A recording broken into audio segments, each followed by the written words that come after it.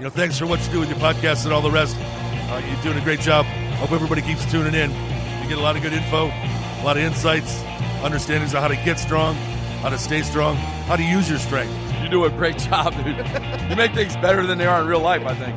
If you don't follow Massenomics, y'all do it. Social media, website, everything. Massenomics. Yeah.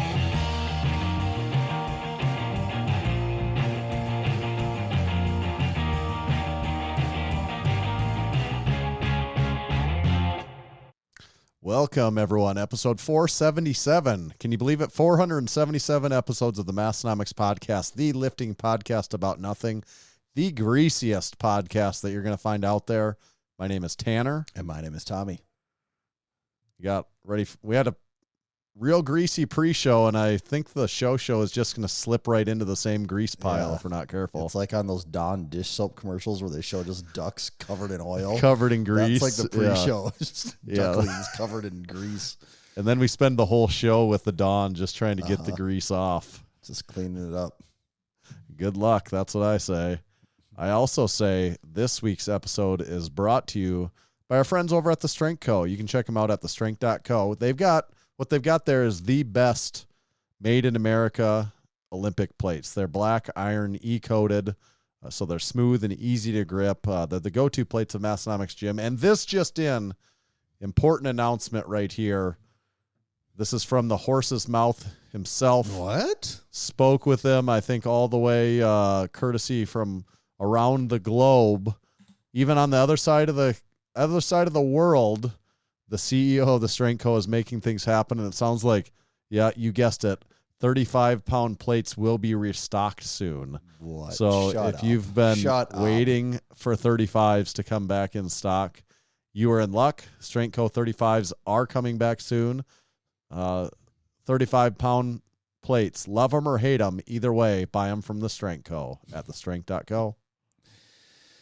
This episode is also brought to you by Texas Power Bars and Tanner. Also, this just in special announcement, Memorial Day sale. You can save up to $80 on a variety of Texas Power Bars. Anything from the Texas Deadlift Bar, the original Texas Power Bar, the 29-millimeter bar, the squat bar. Basically, every bar in the lineup is anywhere between $40 and $80 off. Some pretty significant savings. Every style of bar. Looks like every coating and sleeve option too. Basically, if you're on the fence, now is the time to buy because there is some significant savings going on over at TexasPowerBars.com. Good Lord. $80 off. Oof. Makes you want to buy one right now. Okay, everyone thinks they know the script of the Massenomics podcast, so we keep on flipping it. This week, we're going to move in quickly and abruptly to our title topic. But first, we're not quite moving into our title topic. Tommy, do you have a drink over there? Oh, yes. Yes, I do. What are you drinking? Actually, let me read a little note. Let me read a little note. There you go.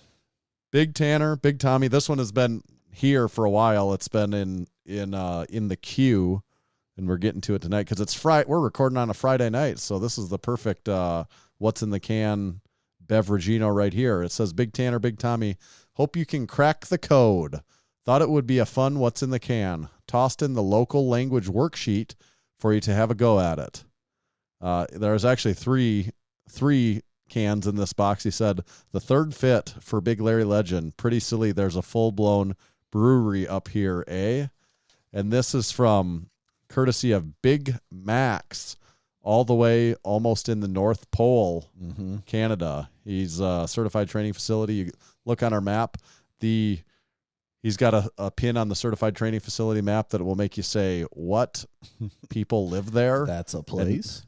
And not many, but Big Max does, and he sent us a beverage. So, Tommy, what is the beverage? It is the Juicy Boy. Looks like it's from New Brew Co. in Nunavut. Is that how you say it? Nunavut, Canada? Yeah. And that is written in, you see those symbols under there? Nunavut? Yeah, he actually sent me the actual code to break translation down whatever. Because, there's like a triangle, a weird B. That triangle thing is VI. Okay. And that, well, they're all kind of triangles because the next triangle is, oh my God, there's all these, it's just like triangles of different directions. But what is this? What is that though? Like what code are we trying to break here? What is that? Whatever this says in, I think, what language do like Eskimos? But they write in like triangles like that? Yeah, that's okay. Yeah. Shows what I know. Yeah.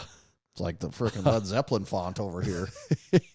That's what I'm saying. The code, it is not easy. That first one, and it's also like the symbol, but it's just tilted at a 30-degree angle differently is a different letter or a different combination of two letters. So I am not going to get this. I have the first one figured out, but that second triangle, I am not sure. And then there's a B. And the B is this is for that makes for bad podcast. It's actually a B with it's a B to the C power. Yeah, actually, with like a superscript C, then a regular C, then a superscript B. C to the B power also. Yeah. That's too hard. So I'm not going to do that. And we're just going to have to have him fill us in what that is. But what matters is that this is a Juicy Boy IPA. Yeah. Does it have a crispy crack all the way from Canada? Let's find out. Whoa. It's actually got, ours both made that same noise, or quite the hiss. That's what I was thinking. It's real angry. There's a hiss in it.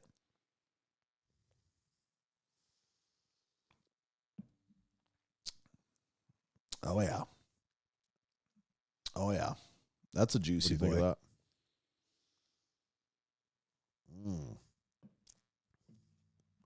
It's just a Juicy Boy. Juicy Boy. Yeah. It's not your boy toy.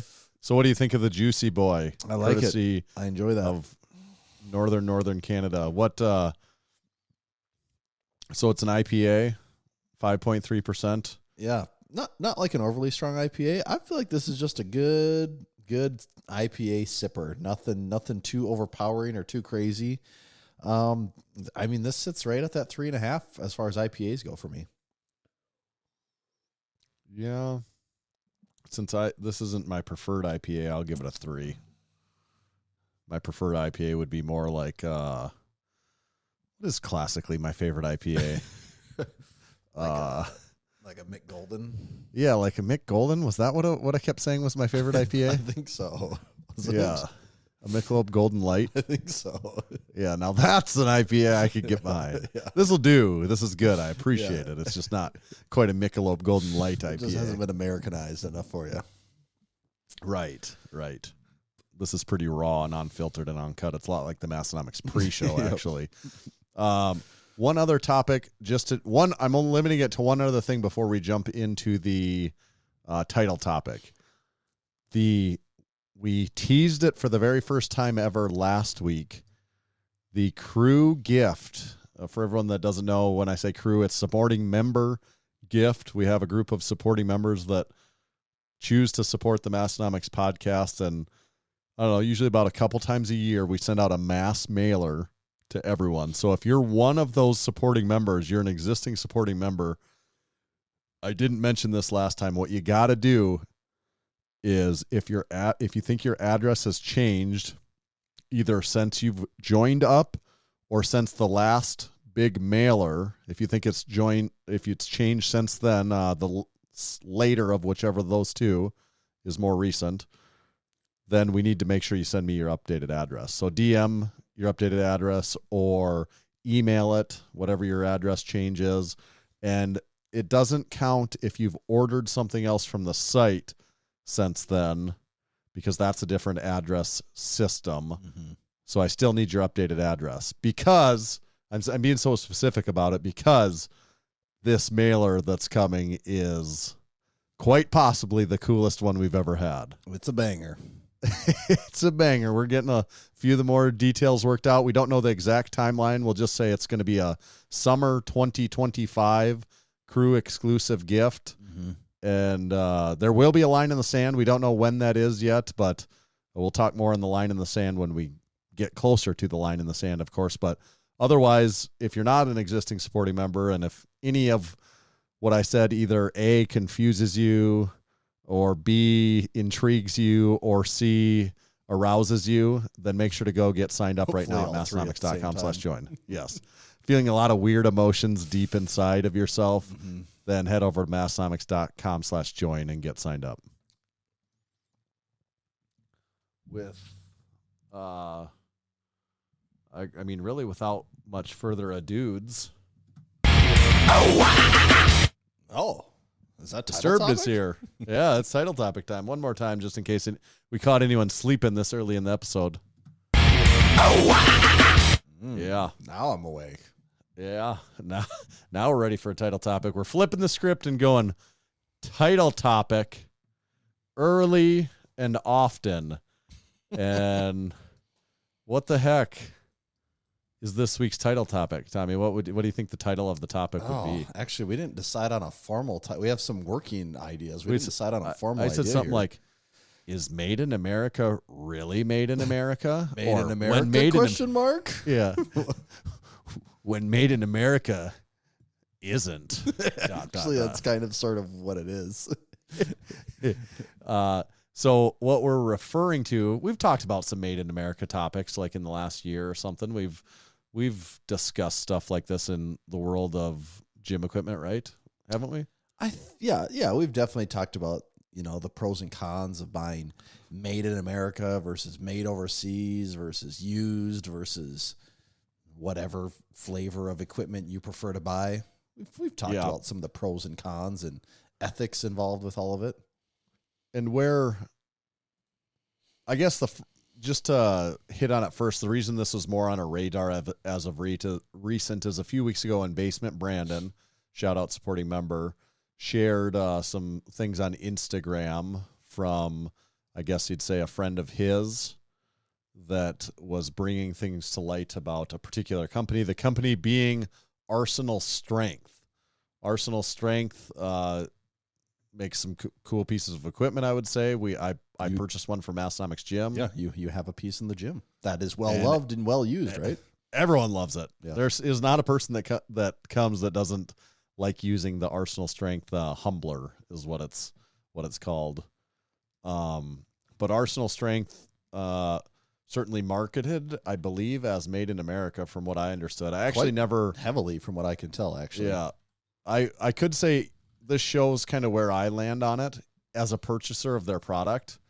If you would ask me prior to this, I don't know if we're calling it a controversy or whatever it is, but prior to this coming out, if you asked me, oh, are they made in America? This is even me buying a product of theirs. I wasn't even 100% sure. I know. Because I didn't really care. That's not why I purchased the product from them. I purchased it from them because I tried it and used it in piece person, of equipment. and I'm like, I want that. Yeah. And that was why I was buying it, not because I thought it was made in America or not. Right. But do you have the we have the screenshots of some of that stuff that. Yeah. So again, this Brandon is shared. really hard. We're not trying to throw anyone under the bus on here or anything. It's just something that caught our attention online. And it's very hard to actually fact check this or verify in any way. Right. We tried. So I would say, disclaimer, we're not really making claims here. We're just kind of sharing the story that we've seen and going to discuss it. Yeah. And it's just outside, like when you Google Arsenal Made in the USA, they have a blog post that talks about it and says we're proud to design, manufacture, and ship from Knoxville, Tennessee.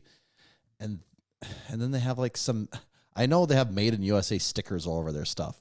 So, I mean, from the outside, it seems like, yes, their stuff it gives the impression that it is made in America, much in the same way that I would assume Rogue is, where Rogue has a big factory where they're cranking out stuff.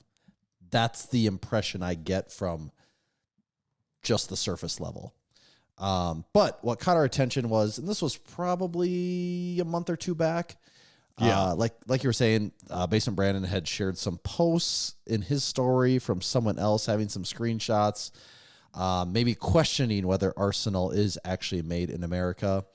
And where does this start here? The first screenshot. Okay, so this, and again, I don't know who this actual person was that initially posted this stuff. But what this person was claiming was, yes, all of the pieces arrived with Made in America stickers. Tanner, does the Humbler have Made in America stickers on it? You probably didn't put them on. I don't even know. You had them even, right? I don't even know. I don't recall seeing one, but I'll look. I guess I should have looked as a part of the homework for this. Right. I don't think so, but it might. Yeah. Well, and it could have had them. You just didn't put them on too. Right. Right. And but I anyways, probably wouldn't because I'm like, I don't like. I already bought it. Who am I like trying to impress? Get rid of it because my Made in America stickers. Right. This person says, I found out the hard way it's not made in the USA when the dumbbell rack arrived created with a Chinese shipping label. But what pissed me off was when they had the nerve to give me like 7 Made in USA stickers to slap all over the dumbbell rack after assembling. Okay, so that's the first thing this person is saying. The next screenshot says, don't be fooled by Arsenal's marketing tactics. It's all made in China. One way that they differ from other importers, though, is they receive all parts, hardware, and sub-assemblies in bulk via containers. This saves on international shipping. They do take the extra step of assembling everything in Tennessee, then shipping to the customer ready to use. Assembled in America isn't the same as made in America. It's fine that they are Chinese. Most companies are. It's the fact that they lie about it or are very deceptive and hide from it. Final screenshot shows a reloaded belt, a purchase, like a checkout from their store of the reloaded belt squat for $4,000. And then there's a material tariff fee of $1,000, which would be a 25% tariff. And the caption on this screenshot says, see, this is the deceptive bullshit they pull. Material tariff to make you think it's just for the steel. The whole thing is Chinese, including the hardware and pads. And then it has in the fine print, due to rising costs, from both domestic and international suppliers, a material tariff of 25% is applied to your order subtotal. Okay, so that's where the screenshots end. Just the only thing we actually can verify for a fact is this material tariff fee. Correct, Tanner? I can verify that just through my own dealings with them, that was a thing they added. But interestingly, though, not long after they added it, they got rid of it. So at the time of that was being, I can verify personally that was being added at least to some items in quotes. Because we talked about this offline. You were looking at buying another piece. I was looking at some other pieces. And it was when all the crazy China tariff stuff was taking off. And was the piece you were looking at, was that hit with a 25% tariff? Was it more? I mean, it was around there, wasn't it? It was around that. Yeah. I mean, it was about $1,000 tariff. Yeah, it was around that.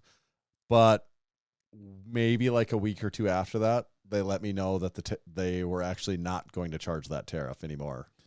Which was weird. I shouldn't say not going to charge that tariff. They weren't charging me a tariff. They were no longer going to charge that tariff surcharge to me. Yeah.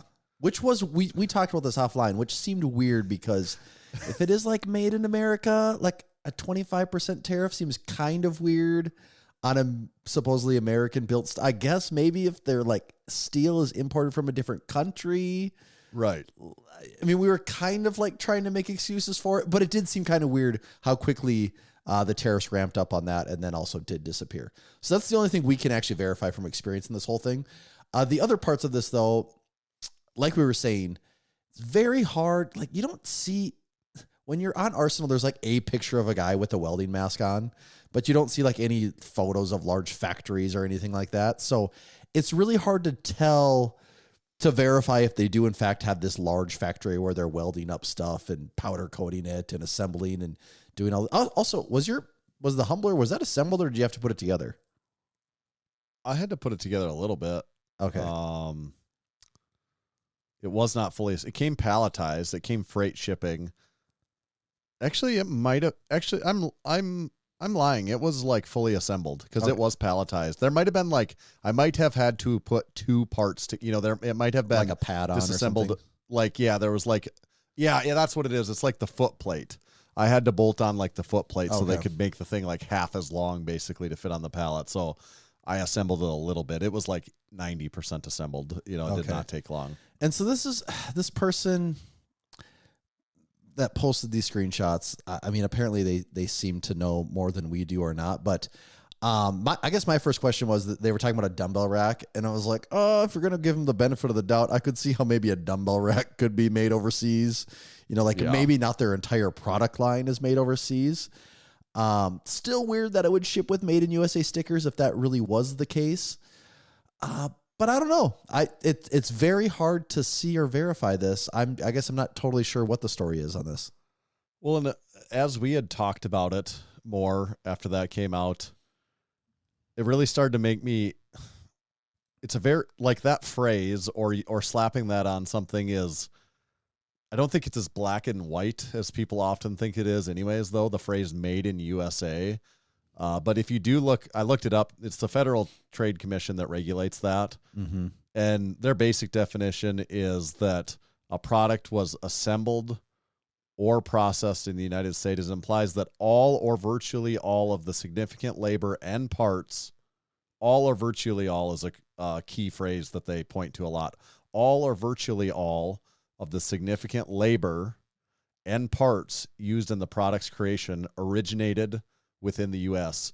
And it's a funny phrase because you can almost pick apart like every word in that sentence. You could say like define every one of those words. Right. It implies that all or virtually all, like that's a huge part right there, Yes. the all or virtually all. Well, define what does that mean virtually to all. you? Yeah, does virtually all just mean the majority? Because that's Right. 51% now. Right.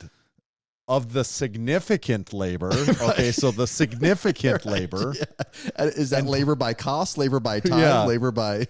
Yeah, and parts used in the product's creation originated within the U.S. I just think it's a tough sentence. Even if you have the definition by sentence, it's not easy. I mean, you could make some assumptions there and simplify it, but you could also like twist it a couple different ways. Well, because I think a lot of people that say made in America, it's like, well, clearly someone's taken some metal, they're fabricating this metal in their American shop, and they're sending it to you, and that's made in America. And maybe, but then you say, well, but what if that metal came from an overseas supplier? Is it now still considered a made in America product? Right. Because this is, and it's in the screenshot. Or if it's Canada steel. Right. And there was a question, and I remember when this, I think we actually talked about it on the podcast. It's one of those clothing lines. It's not, Lions, Not Sheep. They were putting, they're kind of playing a big deal to a certain, they were catering to a certain audience. Kind of the tough guy thing, I guess is how I would categorize it in just the most broad terms. And they put Made in America on all their stuff. And they were just buying the same t-shirts we buy, like a Bella Canvas blank or a Next Level. And in case people don't know, those shirts are not made in America. They are not made in America. And they were doing exactly what we do. They buy them just like everyone else does because that's sort of the industry standard.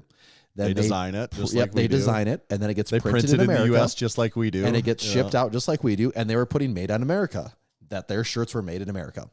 Tanner and I have never once considered our shirts made in America because when you buy the shirt, it says the blank made in Honduras or made in whatever country it's made in. And actually, because we print our labels on our shirt, we print our own labels, and part of that is actually needing to say where that is made, like the country of origin that it's made. That's one of the required. So right there, the pieces of T-shirt is telling you where it's made.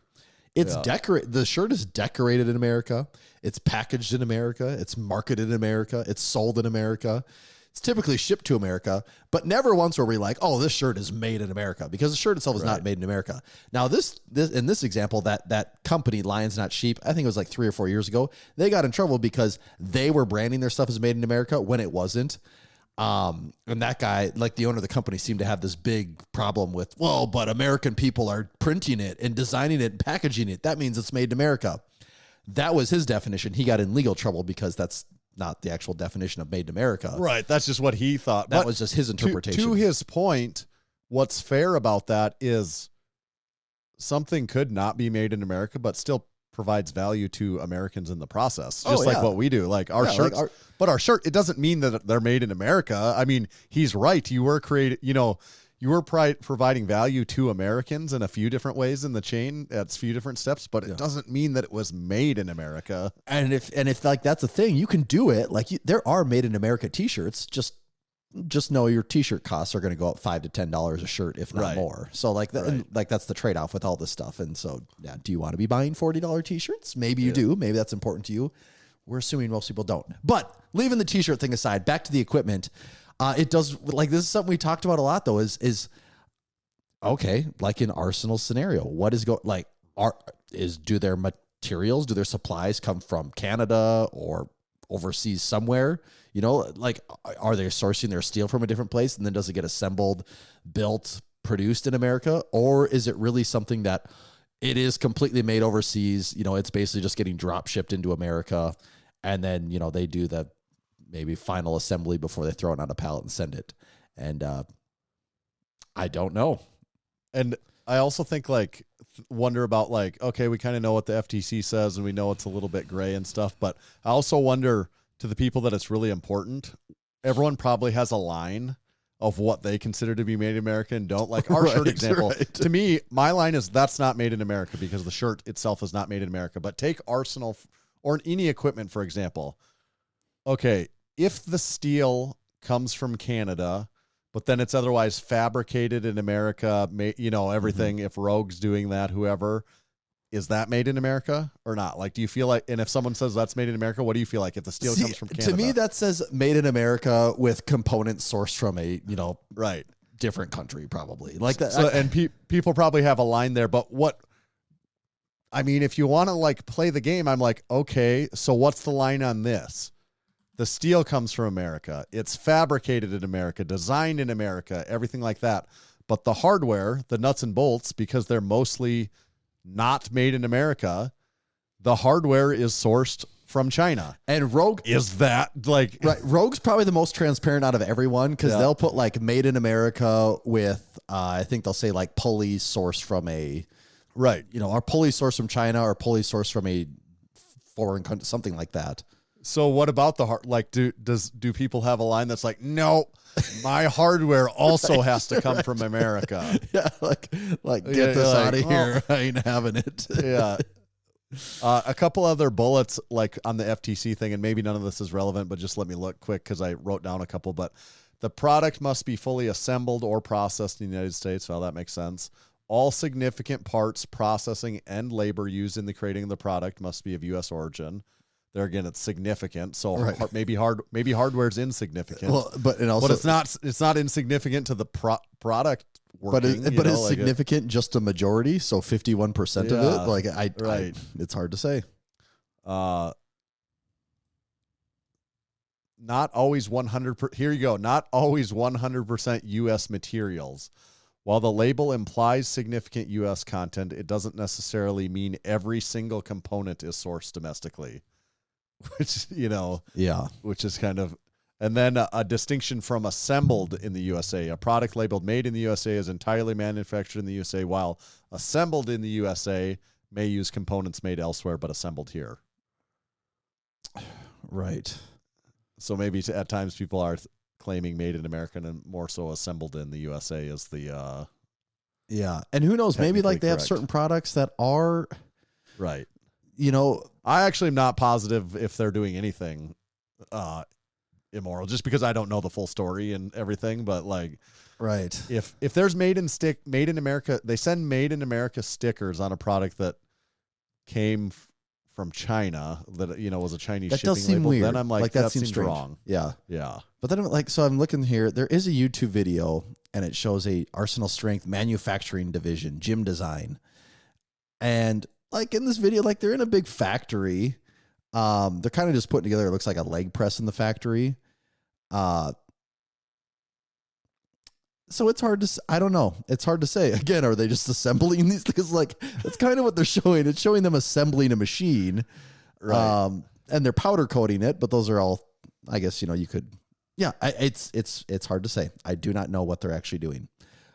I will say they make high quality stuff. The few things we've used, we've really enjoyed. It is a premier option, but how deep the rabbit hole goes on this American made thing, very hard to say. Yeah.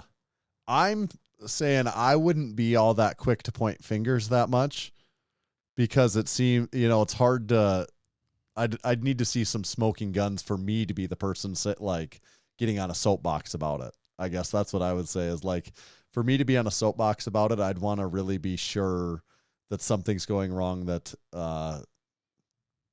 I or someone else would consider an immoral practice as far as that goes. Because I don't know if it's always that simple. Yeah, they do for sure, though, bill their stuff as made in America. Because I remember that sticking out to me at Los Campeones is how many made in USA stickers were on their stuff. Okay. There's even a lot of equipment manufacturers that, small time people that we know that make stuff in America.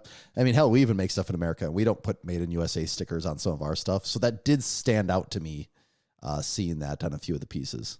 In the Discord, I worked for a company that made permanent magnet motors. 90% of the raw materials come from China.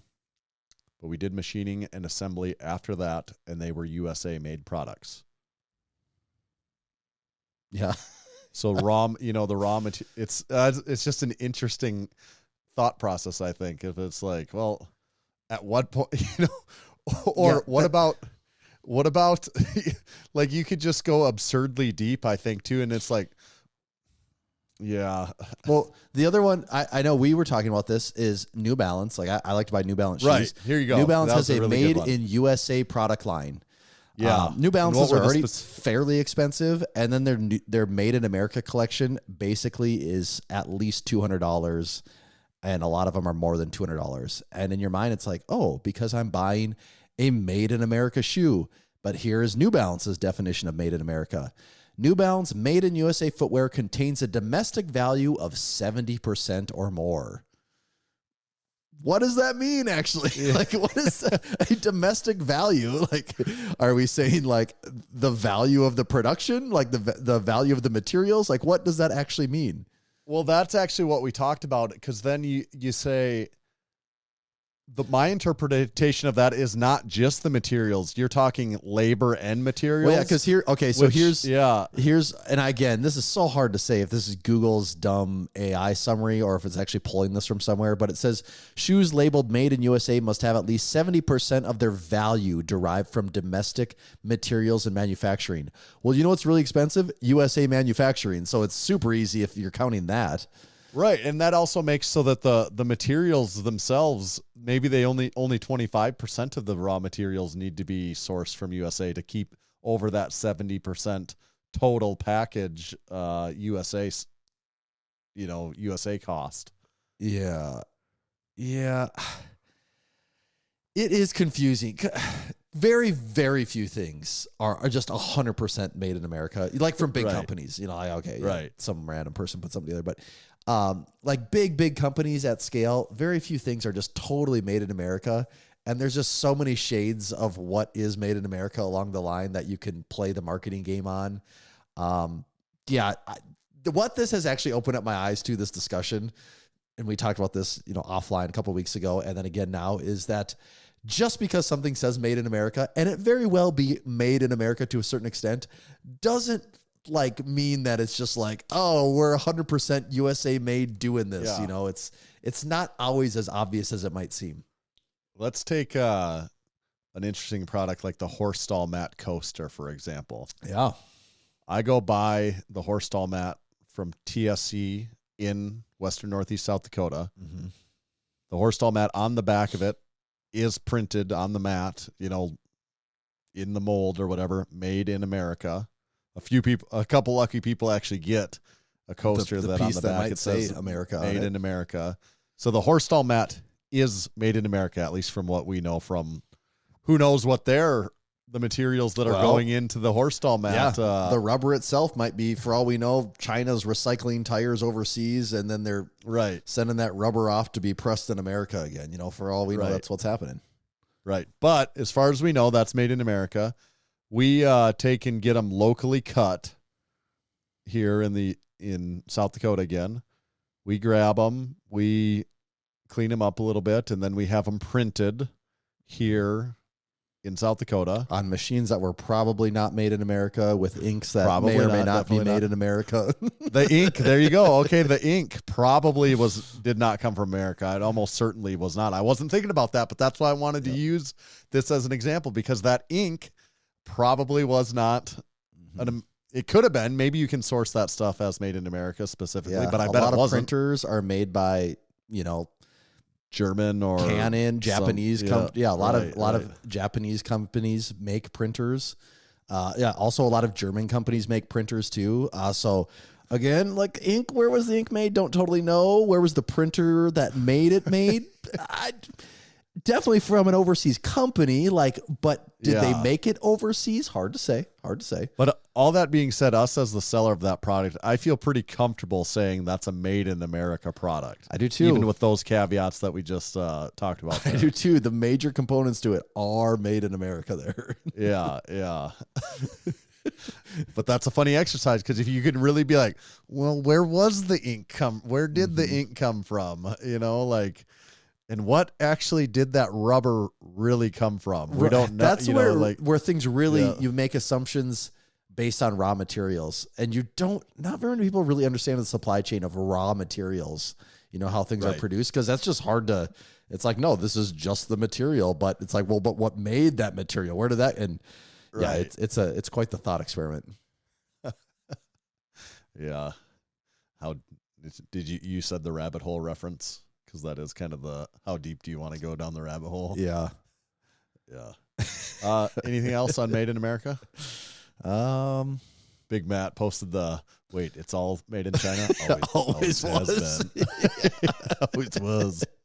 Isn't that the truth? Yeah. Also, that being said, kind of based on similar to that conversation, like the Humbler, you can go on Alibaba and buy what looks to be exactly the same thing. I know. Yeah, that's also usually an indicator of, is something made in America or China? Because if you go on Alibaba and find the exact copy, then it's like, oh, it's just coming from the same factory, probably. Right. So that, in hindsight, having ordered some things from Alibaba, that one's an interesting one, because I'm infamous for the Prime Fitness dumbbell rack, that I feel I have no moral qualms about that. The moral ethics of dumbbell racks. Yeah, I'm still real happy about those decisions. The Humbler is different. I would want to know more about it. I would want to know, okay, Arsenal, where is this made? Like, specifically, I want to know, is this made in America? Like, I want to know exactly. The reloaded lever row. Yeah, did you invent this? Is it patented in the U.S.? Any of that stuff? Based on some answers to that, maybe in hindsight, maybe I could want to buy it from somewhere else, depending on the answer to some of those questions. But maybe that would be towing a line too far too, depending on what the answers to some of those questions were. It's like when we, for us to really know a company, we have to see their financial and book statements and understand their legal. We need to know their tax and legal structure. Are you guys an LLC, an Inc.? Yeah, because I know this isn't the exact way to know, but yeah, if you go on Alibaba and type in reloaded lever row, the photo is exactly the same. It's just an all black machine. But it could be the Chinese company just straight up ripping off. Oh, it could be, and they definitely do that, and I think they are, because this photo is exactly the same. Actually, the white and black one is the same photo. This had the logo photoshopped off. But even when they show the photos of it, like the real photos look pretty damn similar. Yeah. Hard to say. So that's made in America. That's the title topic. Should we let me? Do you think? Should I read an ad and kick off the live listeners and then do we're 40 minutes already. Or should I do supporting our supporting members here? I think we'll do that and look at a gym too. Okay, let's do that. Look at a gym. Then we'll kick off the live listeners, and I'll read an ad while we do that. So first, we're supporting our supporting members. Big Joey moved to Washington and got himself a big shop for a new big home gym. Whoa. Exciting news there. Those are some power moves.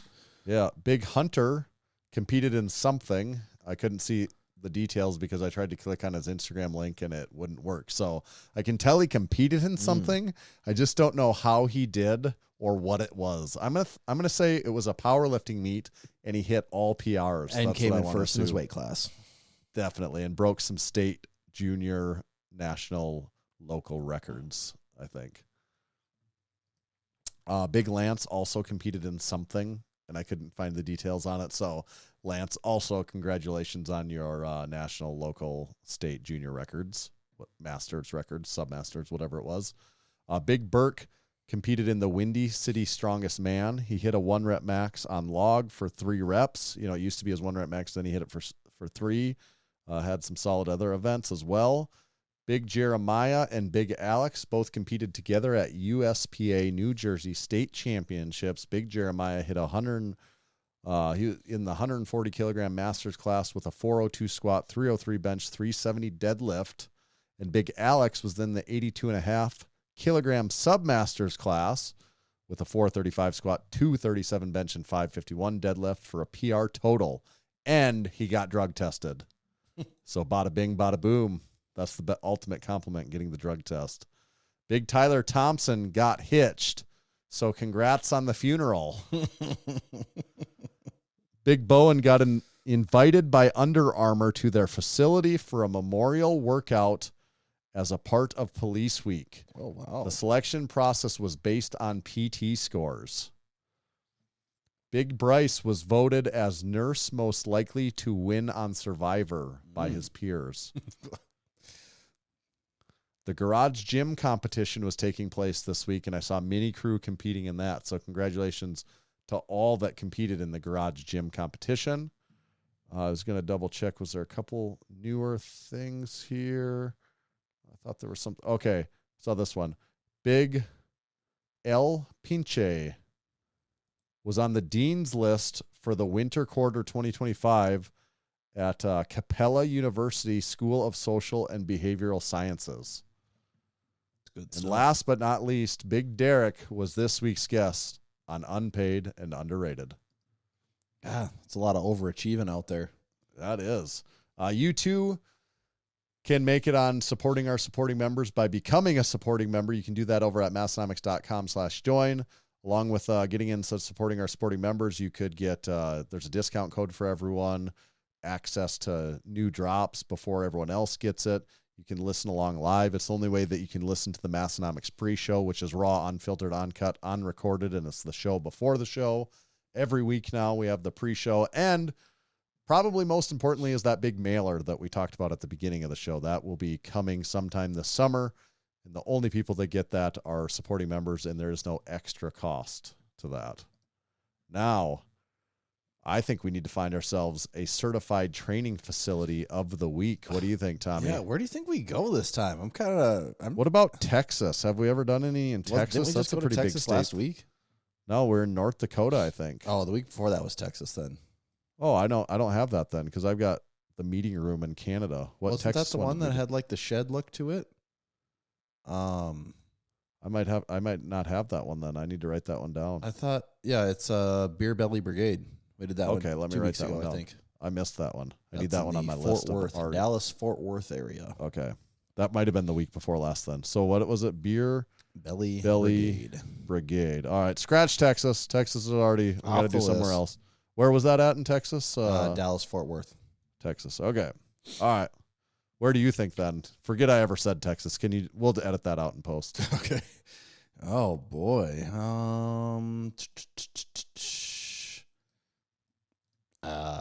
Arizona or California? Yeah. Those are big states. those are states. That is a fact. We've done one. We've never done California. Yeah, we got to do a California one. Yeah. One of our Got biggest any- states as far as Yeah, a lot of certified training facilities there. a lot Got of any tour with any videos good there, pictures? Yeah, we don't probably want to. Those ones already got their shine Yeah. for now, so maybe we need to do someone else. Are you seeing any ones with any photos? Too. I'm seeing some. Just trying to see if there's one that really, really jumps out at me. There's just so many to click through in this damn state. That's a big state. A lot of ground to cover out over there. What's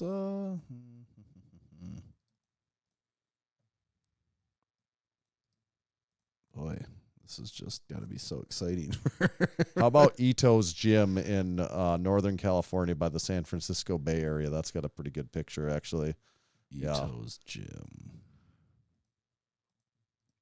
Oh, yes. Okay, yep. I just had this one up a second ago. Okay. All right. Ito's Gym. Oh, already seeing some stuff I like on this one.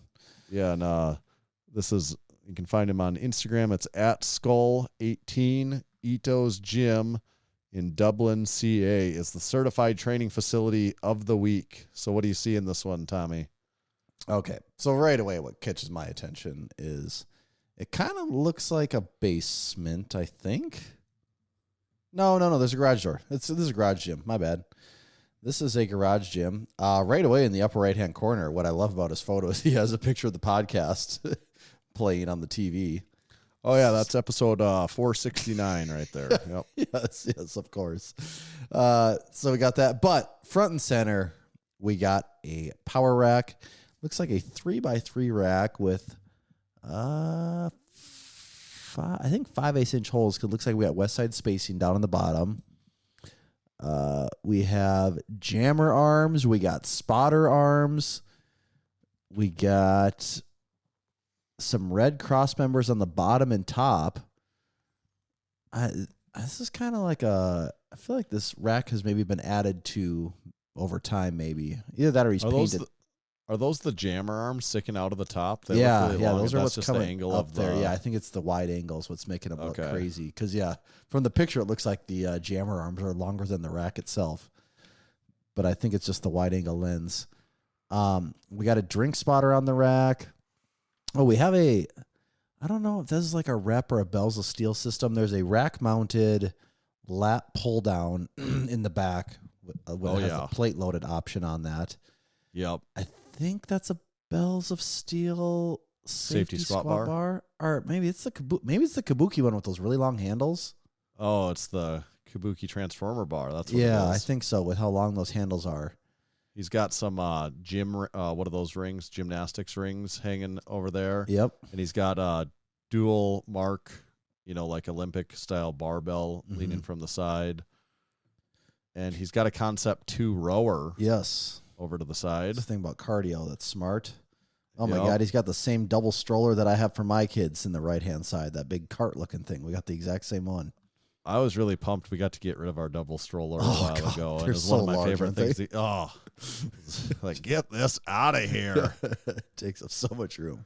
Strollers in general, only fold so much. The double stroller also takes up so much room. Mm-hmm. We had a double Bob stroller. And they're, you ever had a Bob stroller? Great strollers for anyone that's expecting. Bob strollers are some of my favorite strollers. I'm a bit of a stroller connoisseur over the years. Three-wheel unit I'm looking at here? Yeah, yep. Okay. They got like bicycle tires kind of almost. They're a little bit of an all-terrain stroller. Yeah. They're a jogging stroller. You can take your baby off-road. Yep, you can go off-roading. Bob strollers. Not cheap, but also Duna strollers are all-in-one car seat strollers.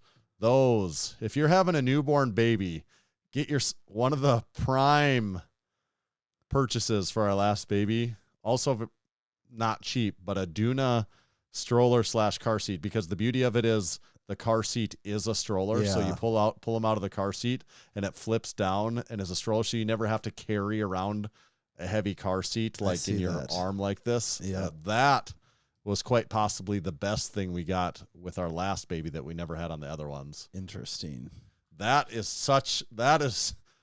Forget the Bob stroller. Get that or don't get that. Get the Duna car seat stroller thing. That was a game changer.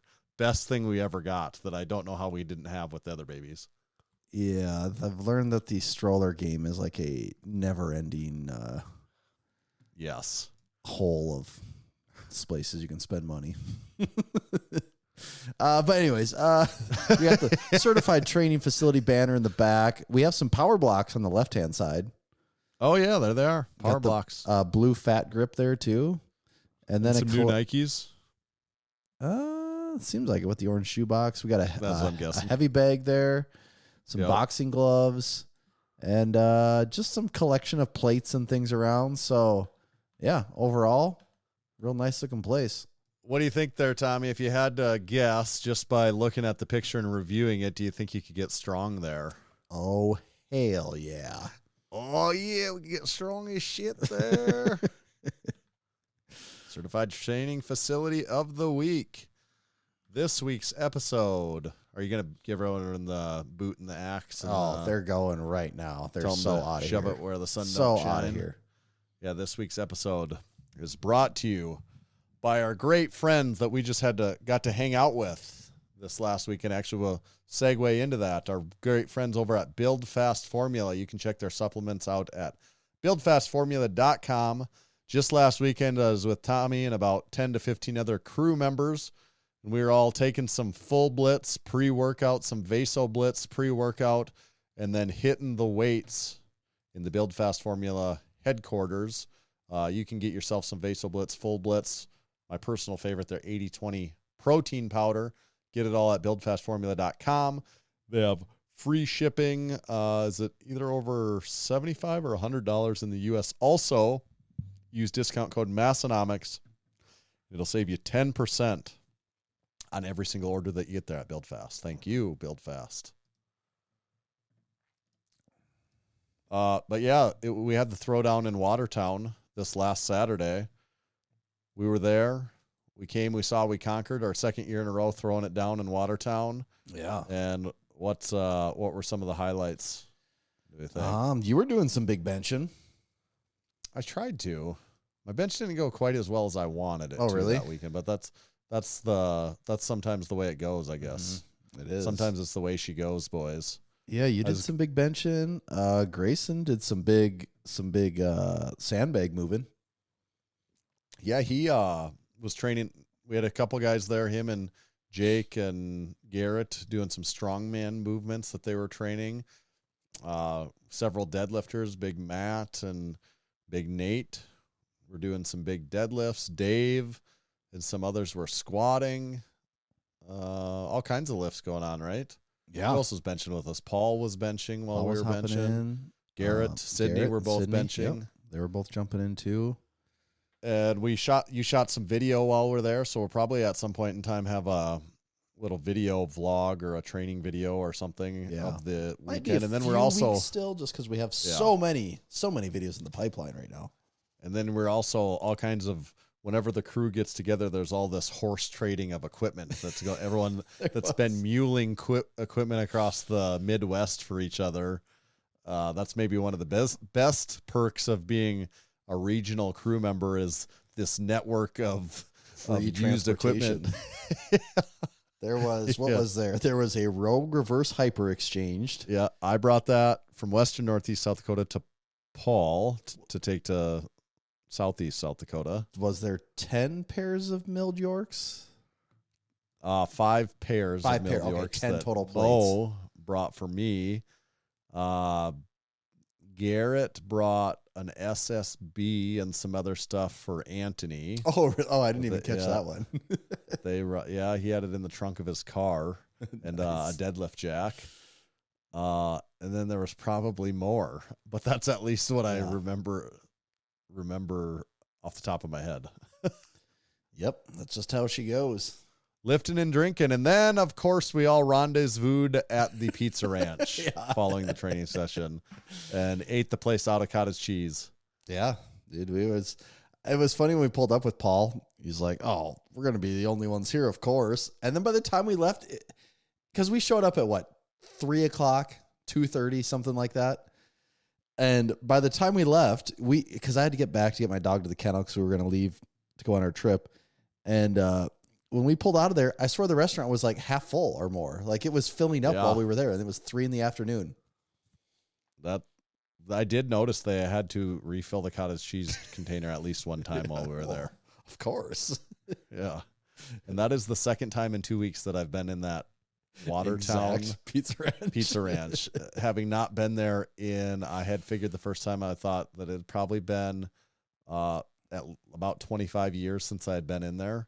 And then twice in 7 days. I don't think I've ever been to that one before. Yeah. What do you think about that one? The layout was kind of weird, actually. Yeah. Like where you just walk in and the buffet is just right in front of you like that. Yeah, that is. I would say I would say that that's not ideal. I have not don't been think. to an extreme number of pizza ranches, but I've probably been to an appropriate amount for living in this part of the country. And that is the strangest setup I've seen in a pizza ranch so far. I would agree with that. Yeah. Yeah. So thank you to the Nate, Abby, and the entire BuildFast Formula team for welcoming us and the crew in for another wild weekend in preparation for the Lift Hard, Live Easy Classic. I smell some big numbers coming this summer in Western Northeast South Dakota. Big things coming soon. We're like 60 days out, I think, at this point from the madness that is the Lift Hard, Live Easy Classic 3. And if you're wondering if anyone was holding back, as far as I could tell, no. Nobody was holding anything just back. Balls to the wall. Getting as much hay in the barn as possible while we still can. All right, we still got about 10 other topics here. Which one do we want to go to first? Oh, boy. Let me see. Oh, damn, I accidentally closed my list. No wonder I'm flying blind here. Well, we could talk. I guess we could bring up World's Strongest Man. It did go on. There we go. Yeah. Within the last week, World's Strongest Man happened, and we've got the results here. The most interesting part, probably, about World's Strongest Man, without a doubt, this year is the winner, which I'm not even positive at this point. I know how to pronounce his name, so I'll say. How do you think you pronounce his name? I don't know. I don't know how you say his name. Yeah, so it's Rano Nell or Neil. Do you say Nell? Is his last name Nell? I'm not even sure because I haven't watched any live footage of it. Well, I don't know. Recorded, and I wasn't following this guy prior, but he's a South African. Rano or Rano. I guess that's Rano is what I'm saying.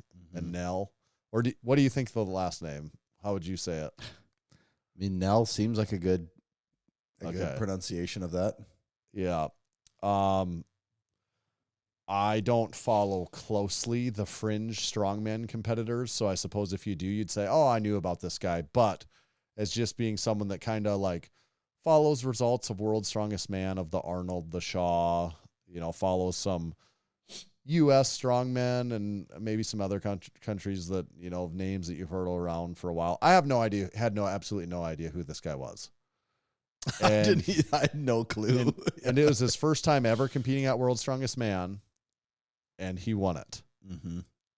He is one of, I think, 3 guys to ever win World's Strongest Man in their first ever visit there. One of them, others would be Magnus for Magnuson, and I think the other one is Yuko Ahola. I saw that same stat, which is also pretty crazy. Yeah. I feel more confident that I know how to say Yuko's name than I do Rano Nell's name at this point. I'm sure a year from now you'll be like, oh, I didn't know how to say that guy's name. What the hell? Right. And so he won by just half of a point over the rest of the podium, which was Tom Stoltman in second, Mitch Hooper in third. Those two, not so big surprises. I have heard of both of them before. Yes. And then our hometown hero, Big Trey Mitchell, who was at the Lift Hard Live Easy Classic last year, finished just outside of the podium in 4th place. No other Americans in the finals. Luke Stoltman got 9th. Yada, yada, yada. Okay. You know what immediately is sticking out to me looking at this lineup of winners here? Okay. Rano, born 95. Tom Stoltman, born 94. Mitch Hooper, born 95. Trey Mitchell, born 93. Patty Haynes, born 97. God, has life just passed us by or what? Tells me if you want to be a finalist at World's Strongest Man, don't have been born in the 80s, like what I would think most of them would have been. Yeah, don't. It's like, oh no, most of these guys were born in the mid 90s. Yeah, don't be in your mid 30s because it's just you don't have a chance anymore. It's just. What about Eddie Williams in 10th? I'm guessing he was, even 1990. He was the oldest guy here. Okay, Luke Stoltman. There you go. 1984. Oh, really? He's that much older, huh? That's what it says, right? Yeah, it is right there. 84. Yeah. He's 40. There's a 10-year gap between them. Wow. Even Evan Singleton, 92. I thought maybe just because he had the wrestling thing, maybe he had been around a little longer, but nope. So all the finalists were born in the 90s except for Luke Stoltman. Yeah, I'm trying to see. God. Mateus, what's it? Kielkowski. He was 93. Yeah. Yeah. Damn. Almost all of everyone in there was born in the 90s. Like everyone competing of like the 25. Rano did win by just half a point over Tom Stoltman. It did come down to the stones. Tom, of course, beat him in stones, not surprisingly, but not enough people got in between Tom and Rano's placing to knock him down far enough. One more person would have had to have gotten in between them. And somewhat interestingly, one of the people that did not manage to get in between them is a pretty strong guy that didn't lift the fifth stone that was kind of solidified in third place, Mitch Hooper. Had he lifted the fifth stone, it would have pushed Rano down another point, and Tom Stoltman would have actually won his third World's Strongest Man title by half of a point had that happened. I did see there was some controversy there of people wondering. Gaming the system, perhaps. You know, a guy that typically wouldn't probably miss the fifth stone. But a guy that's also very good at gaming the system. Also very good at, but it also did definitely feel like he didn't have his A+ package for the weekend. Would you say with everything going on? With everything, well, God. Think intelligently enough, that guy finally disabled the comment section is Instagram. My God, that was brutal.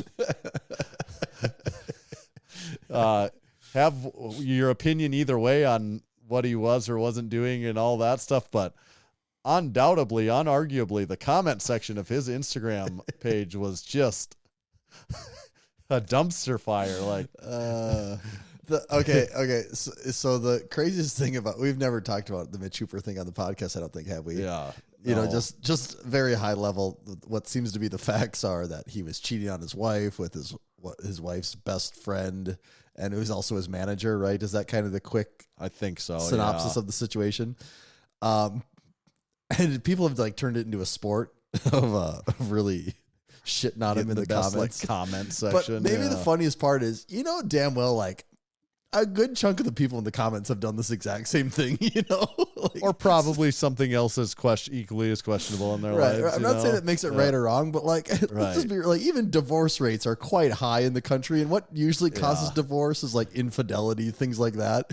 So it's like, you know, a lot of people, but I get it. It's fun to take shots at the guy that's on the top, and also when you've presented a squeaky clean image, you know, I understand where it's coming from. Yeah, that's part of it too. I think that's definitely a factor. Yeah, I'm not making excuses for him at all here. I'm not. No, right. That, but if you've cast stones in the past, you know, the whole glass house thing. Oh, totally. You know? Yeah. But I do think some people, some commenters, probably don't even care. They just want to get in on the I don't even and think be like, what can I do that's I think there's fun? a fair number of people that hardly even know who the guy is. They just like want to pile on, you know? Then I kind of feel bad for maybe him because I'm like, or maybe he doesn't care about the comments, in which case I wouldn't feel bad. But if he was reading them all, and like some people are just doing it for fun, you're kind of like, oh, even though he may have done something terrible, or at least bad, I don't know if terrible is the right word, but something bad that I wouldn't condone myself. Right. I still could have some sympathy for someone if they're just getting like berated to death on the internet. But also I'm like, yeah, maybe disable comments or like stop posting as much for a while, or like, I don't know. I guess it wouldn't be my place to tell. I don't know what I would do for sure. I guess I would try not to be in the position in the first place is what I would recommend. I guess that's usually the best scenario. Is just don't do the bad thing. He did end up in third. I mean, no doubt he probably has a little additional life stress now that he hasn't had in the prior times, so that could be a factor. Tom Stoltman very close to winning his third, though. Had Tom Stoltman just half a point more, he would be working himself, I think, you know, had he won this, you'd have to start asking where he ranks in terms of all-time World's Strongest Men. with a third win, and he was just that close to getting it. Well, isn't the other one that he missed? Wasn't he within a point or two of winning? I think so. I mean, think he's not much too. more than a few points away from having 5 titles to his name. Right. And at that point, then it's just you and the Dominator. So then there's 2 Dominators in town at then. You know, a funny thought I had the other day. What? You know, like how I make all those memes of an old World's Strongest Man, where it's like the 90s World's Strongest Man. I'm aware. Thought I had is right now there's like a 15-year-old today that 2025 World's Strongest Man. We'll be watching these ones. Or like a 12-year-old today. They're like, this is their 1994 World's Strongest Man. But what I wondered is it because does anyone ever get to experience that again because of the way like TV and shit? I don't think it is. Then? It's also sterilized now. And this is right. I mean, it is. Like back then they had wacky outfits on. Like there was guys that just straight up like everything just feels Americanized and sterilized and standardized and normalized. So that is exactly the thought I came to, that I'm like, oh damn, it's not true. The 13-year-old now doesn't get to have a 1993 World's Strongest Man. Now it's just like, there's like 15 guys that are all like 6'3" to 6'6", that weigh between 350 and 400 pounds, that have beards and short hair, and pretty much all of them are some variety of white. And it's like, and then they all have like Ray-Ban warm pants on and a World's Strongest Man t-shirt. Like, you kind of couldn't get 15 guys that look more similar for having like the most outstanding body type. Where in the past it did feel like there was a little bit more characters. And it's not rerun on ESPN, and people don't watch. Also. And also, people don't watch television. Like people don't channel surf on television. Yep. Like how many teenagers? Teenagers probably don't even understand the concept of channel surfing television and just putting on what's on TV because it's all that's on, and you're like staying up being bored. watching TV. That's not even a thing that could exist. Was this one in America again too, right? Yeah. Yeah, so it's not even in some crazy location where there's giraffes in the background or something, you know? Right. It's like, oh, we're in Sacramento again or whatever it was. So even that part, it's just been kind of, the mystique of it has been taken away a little bit. It's kind of a shame. I always say we used to be a proper country when I think of stuff like this. This is one of those things that really makes you say we used to be a proper freaking country. Bring back World's Strongest Man Africa, baby. We used to be a proper freaking country where we had our World's Strongest Man in other countries, announced by British people and competed in by mostly non-Americans. Yep.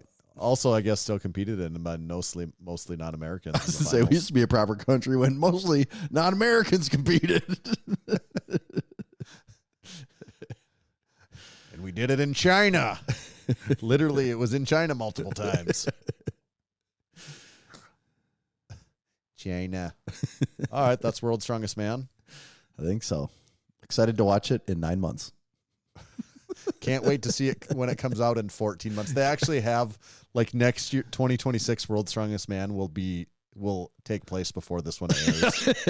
They're like, okay, guys, the deadline for the airing of the TV show is just within 24 hours of before the next one starts. So, and also, when we say airing of the TV show, we don't know exactly what that means anymore. It's on, like, CBS Sports, right? But we're not like even sure what packages or streaming networks really even have TV, that anymore. But you can maybe get it somehow. Yeah, we don't. Even the World's Strongest Man's like, we're not exactly sure how somebody watches this. Oh, we don't even you mean really people know want to watch details. this? Fuck them. Back in my day, if you want a World's Strongest Man results, you just went on the website and just looked at where everyone placed. That's your World's Strongest Man. Wouldn't it be sweet? I mean, obviously this is true, but wouldn't it be cool if World's Strongest Man was on ESPN again? That'd be crazy. Yeah. If that was on ESPN. Or just like, I don't even care if it's on ESPN. Just put it on a channel that people actually watch, But right, ESPN is a channel people watch, so I'm assuming they're not. That seems like a wild thought from now. And I'm like, it used to be like that a long time ago when the sport was way less popular. It used to be on ESPN, and now it can't get on ESPN. Well, I'm assuming ESPN doesn't want it on there because they probably have other crap that like makes them money. That's right, going on. But yeah, What about ESPN the Ocho? That's actually wouldn't be a terrible spot for it. You know what channel I always thought was exceptionally boring? What? ESPN News. Yeah, because There's during the fun parts of ESPN.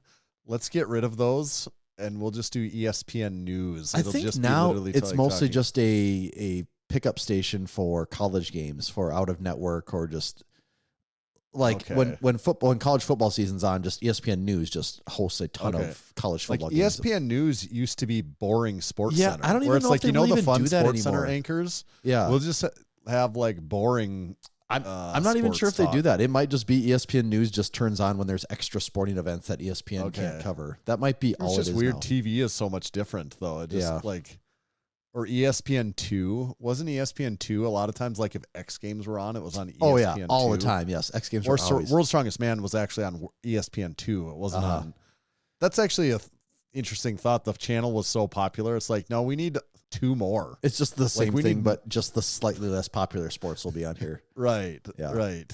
And then we need a more boring one, so we're going to have ESPN News. I mean, that was a separate channel, too. Yes, it was. Yep. And now they have the ESPNU covers a lot of Right. college games. There's so many of them now, but yeah. We used to be a proper freaking country where we had multiple, where you could channel surf through the sports channels, and it took you like 12 channels to get through them. Mm-hmm. Fox Sports Net. All right. Oh, you just made it. You made it back from Disney. Let me make sure I remember. I've never known the difference. You were at Disney World, right? I was at Disney World. The whole Someone world said of it Disney. within the last month or two. I don't know if it was on the podcast, if Nope, you said it it or was- someone else. It was Connor. Big Connor told us in California. What was the thing he told us? I just remember that Disney World is in Florida. That's not hard for me to remember. But Yeah. the trick that he said is Disneyland, LA is in the. Yeah. You know, it's not exactly in LA. It's like Anaheim Right. or whatever. But that's how he said. That's how you remember it. I like that. So you didn't go to Disneyland. We did not go to Disneyland. We went to Disney World, and I don't need to run people through every single part of my vacation, but I will say this. I'm not like a huge, there's definitely people that are Disney people. Like they are, you know, Disney adults. Is that Disney adults? Oh yeah. Disney adults. Yeah, That's the like, thing. that's like where their you're thing. really into Disney as an adult. Like they're really into it. It was like pivotal. And like, yes, we all watched Disney shows growing up, Disney Channel, Disney movies. You know, they were one of the prime people pumping out children's content at that time. Let's watch a Disney Channel movie. Yeah, and I liked it, but I also, just as I got on, just totally moved on from that stuff. And before I had kids here, I probably went years and years and years. I hadn't seen any Pixar stuff, or hardly any. I'm not saying I hadn't seen any Pixar stuff in probably like 10 years. I probably went 10, 15 years without seeing anything Disney. Like, it's like, I don't care about this anymore. So that's kind of like my perception on Disney is like, yeah, it's kid stuff and I moved on and whatever, it's fine, but I'm not like nuts for it. And so I didn't do, my wife planned this whole thing out. I didn't do any looking at all. I'm like, nope, you do all of it. I'll just go along with the ride. Like whatever you say, we do. That is historically the dad requirement in a trip. Oh, You a just lot show of times she wants my input and my decision because I do get opinionated on things, you know. But I'm like, nope, just you do it all. And so I had no clue what we were doing, what day, where we were going, anything. And my overall review of the trip is it just so greatly exceeded every expectation I had. Like I was just genuinely, like I am actually excited to go back again someday. Like that's how good it was. I really do want to go again. It was a very fun trip. And just really quick, what we did. So we went with my wife's parents and then her sister too. And then so us and our kids, there were 7 of us. And the first day was kind of a travel day, get to the hotel, hang out there, get in the hotel pool, do all that stuff. And then we went to, it's called Disney Springs. So went there for the night, whatever. And then the next day was Magic Kingdom. So we're at Magic Kingdom most of the day. Our kids are 2 and 4, so it's really is Magic Kingdom just what I think of as when I think of Disney World? where the castle is. Yeah. Again, didn't know any of this until I got there. But that's like if I picture Disney World, Yes, that's what you're talking about. That's the park. Yeah, I also didn't understand right. the concept that there's like 5 different parks essentially theme parks. Kind of thought that I knew that. Yeah, like but I knew it wasn't really all sure. one thing, but I Yeah. didn't totally get how that worked either. Right. And they're like many miles apart because it is just like its own. Okay. They are far apart. It's like its own city within, so like you leave your hotel and like you get on a bus, and then the shuttle, once you're on the Disney property, the bus takes you to all the Disney properties for you. So you don't got to drive around and all that. So the first day or the second day then when we were there, went to Magic Kingdom. Kids are 2 and 4. It happened to be like 95 degrees and like 70 whatever humidity, and that's just too hot. That is too hot. I don't care who you are. Yeah. That is too freaking hot. Just brutal. And especially around here when we just Well, it's not the heat that gets you though, really, honestly, it's the humidity. I would say in this case it's all of it that gets you. What's also shocking is just the lack of fans and shade. I would just assume that in every spot there'd be fans hanging. No, there's like, unless you're in an air-conditioned building, you're just like roughing it, And man, I'm just not used to that yet. That part was tough. And, the kids, they put up with it fine, but also at a certain extent, they can only be in the 95-degree heat in the sun for so long. And, my daughter typically takes naps still. Yeah. So the first day, we put in a pretty good day. We got to do a lot of fun rides at Magic Kingdom. They were mostly kid oriented, so nothing too crazy. And we left, I think, like mid-afternoon. So we'd put in like a 7-ish hour day before we kind of had to tap out and go home. And then that night we left the resort and went to more of a local place to go eat some, like a seafood boil thing. And it was actually really, really good. The next day, though, we went to the water park, Typhoon Lagoon. Okay, have you seen these? Like the wave pools where it makes the wave? So I talk about on the show. We always go in the winter. We go to Great Wolf Lodge, and they have like a small one there. And my boy loves it. It's waves. It's fun. Yeah. And he's getting to the point where he can hold his breath and go underwater and sort of swim now. And so we get there, and they have it's massive. I mean, it has to be like, I don't know, 120 yards long by like maybe 200 yards wide. It's huge. It was the biggest like pool I've ever seen in my life, and it happens to be a wave pool. And so we get there and we're like floating in it, and the waves are coming, and this is fun. We're having a good time. And after like 10 minutes of that, like an air horn goes off, like, oh, And it's like shit's getting serious. and we're like, oh, okay, well, the waves went away. Oh, okay, whatever. And we're playing, and all of a sudden you hear, and you look, and it's like everyone's going, and screaming, and you look, like 70 yards in the distance. It looks like a 10-foot wave, like from the ocean. And it's like, ha, and we're all kind of laughing. It's like, oh, damn, that's not getting smaller, and it's getting closer to us. And then pretty soon we're like, oh my God, run.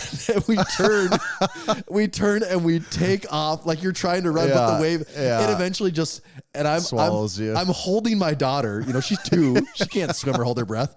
And eventually you feel it come behind you, and you jump as high as you can. Yeah, and I have her lifted above my head, and still we get just pummeled by this wave, and you go under the water. Yeah. And so I pop her up, and she's laughing. And my son has had just the most traumatic experience of his life there. Never wants to go back in the wave pool again. He's terrified. And we're like, well, that's obviously a one-time thing. Like they sounded the buzzer for it. So we're like, it's okay, bud. It's okay. It's okay. And we're kind of just like getting our bearings about. And it's probably like 2 minutes later, we hear, and we look, and that damn wave is coming back. And he is like screaming like his life is going to end. Like, and I'm like, no.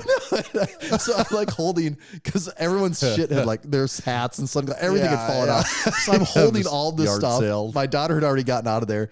And they have crew, and they're trying to get him. And then the wave takes us out again. And the second this wave slams me, I feel my sunglasses fall off. And this is what annoyed me now. I have the Ray-Bans on. They're not like insanely expensive, but they're also not cheap sunglasses. No, they fly off my face.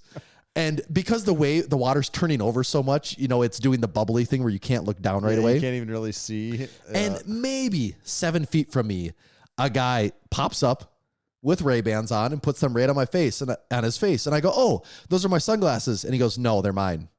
And I'm like, and they were the exact same ones. Tortoise, Ray-Ban sunglasses, the brown ones, which most people don't get the brown ones. Most people have the black ones. Right, I'm like, no, those are mine. And I'm like staring at him, and he's kind of like fiddling with them. And I'm like, I feel like you don't fiddle with sunglasses when they're yours. You just put them on. And I'm kind of like stalking this guy because I'm like, those. And you're pretty sure he has your. Yes. And at the Ray-Bans same on, time, yeah. I'm looking all around. Mine are gone. The water's crystal clear. I'm at this point in like 3 feet of water. It wasn't deep, but the wave could have taken up. And I'm like, no, that guy has my sun. I know he does. So he had said, no, these are mine. Yeah. I'm like, oh, those are mine. He's like, no, these are my sunglasses. And he walks away. And Leah's like, look, and I'm like, I lost them. And she's like, look, that guy has them. I'm like, I know. That's what I said. And he told me no. Yeah. She's like, nope, I'm telling him. And she runs over to him. Hey, those are my husband's sunglasses. He's like, no, they're not. They're mine. And he was all mad and like pissed at her for calling him out. And he walked away. I'm like, well, I can't really argue with him. Like, right. So never found them. I don't know. Maybe that guy maybe they really were his and he was being truthful. Maybe not. I don't know. Hard to say. I feel like he wasn't. Very coincidental that you were within almost arm's reach of me, and the ones I saw you pick up out of the water were the same ones I had on. Very odd. That is super annoying. That was super annoying. That was the only casualty. That was the only loss of the whole trip, which, okay, I can live with that. I don't like that on principle, though. Yeah, I know. That's what I felt. I'm like, I can't. Again, they're Ray-Bans. Ray-Bans sells a lot of sunglasses. A lot of people have Ray-Bans on. But Right. It just felt like it was a very coincidental situation. Also had them, and his also fell off, and he found his right there, and yours never came around. Yeah. So I don't know. That's how that one went. Water park was pretty impressive, but again, my boy was totally traumatized of that noise the entire day. So like you'd be in the park and you'd hear that noise and he's like looking around like some wave's going to take him away. Water park was good. I'm not totally sure on a second trip to Disney I would do a water park day. So that was that day there most of the time. Third day we went to Hollywood Studios and this was the day started good. Actually, I shouldn't even say it. The day started bad. We accidentally took the wrong bus to Magic Kingdom, and it was like this whole fiasco. So we ended up getting to Hollywood Studios. Kind of the way family trips go. Sometimes we get on the bus because it's like you get on the bus stop. There's two buses that go to this stop: Magic Kingdom and Hollywood Studios. And you get on the bus, and we're like 30 seconds down the road. I'm like, did anyone check if this was the Magic Kingdom or Hollywood Studio bus? Yeah. And everyone's like, no, we didn't look. And then we asked the guy right next to us, where's this bus going? He goes, Magic Kingdom. It's like, damn it. Yeah. So I mean, we get it fixed out. It maybe took us an extra 35 minutes to get where we're going. And we get there to the first ride and we do Lightning Lane. I could not imagine doing Disney now, not doing Lightning Lane. Yeah. Just which cutting makes down. You go faster. Yes. Cutting down on that wait time. Because is there like a separate line for that then? Yes, it's a separate line. And you still do wait. Some of them you don't wait at all. Some of them it might be a 10-minute wait still. But like you just pay more to do that then. Yeah, but like Tower of Terror or Tower of Terror was showing a routine most of the day. The wait time was saying 90 minutes. It's Oof. Like 90 minutes. And people are waiting in line for that? Well, yeah, that's because it's 90 minutes worth of people ahead of you. Like that's why. So you just constantly check on your app. Yeah, but that is the nice thing. I don't know if I'd stand in line for 90 minutes for anything. Dude, it'd have to be giving away gold bars. All the big rides are. Yeah.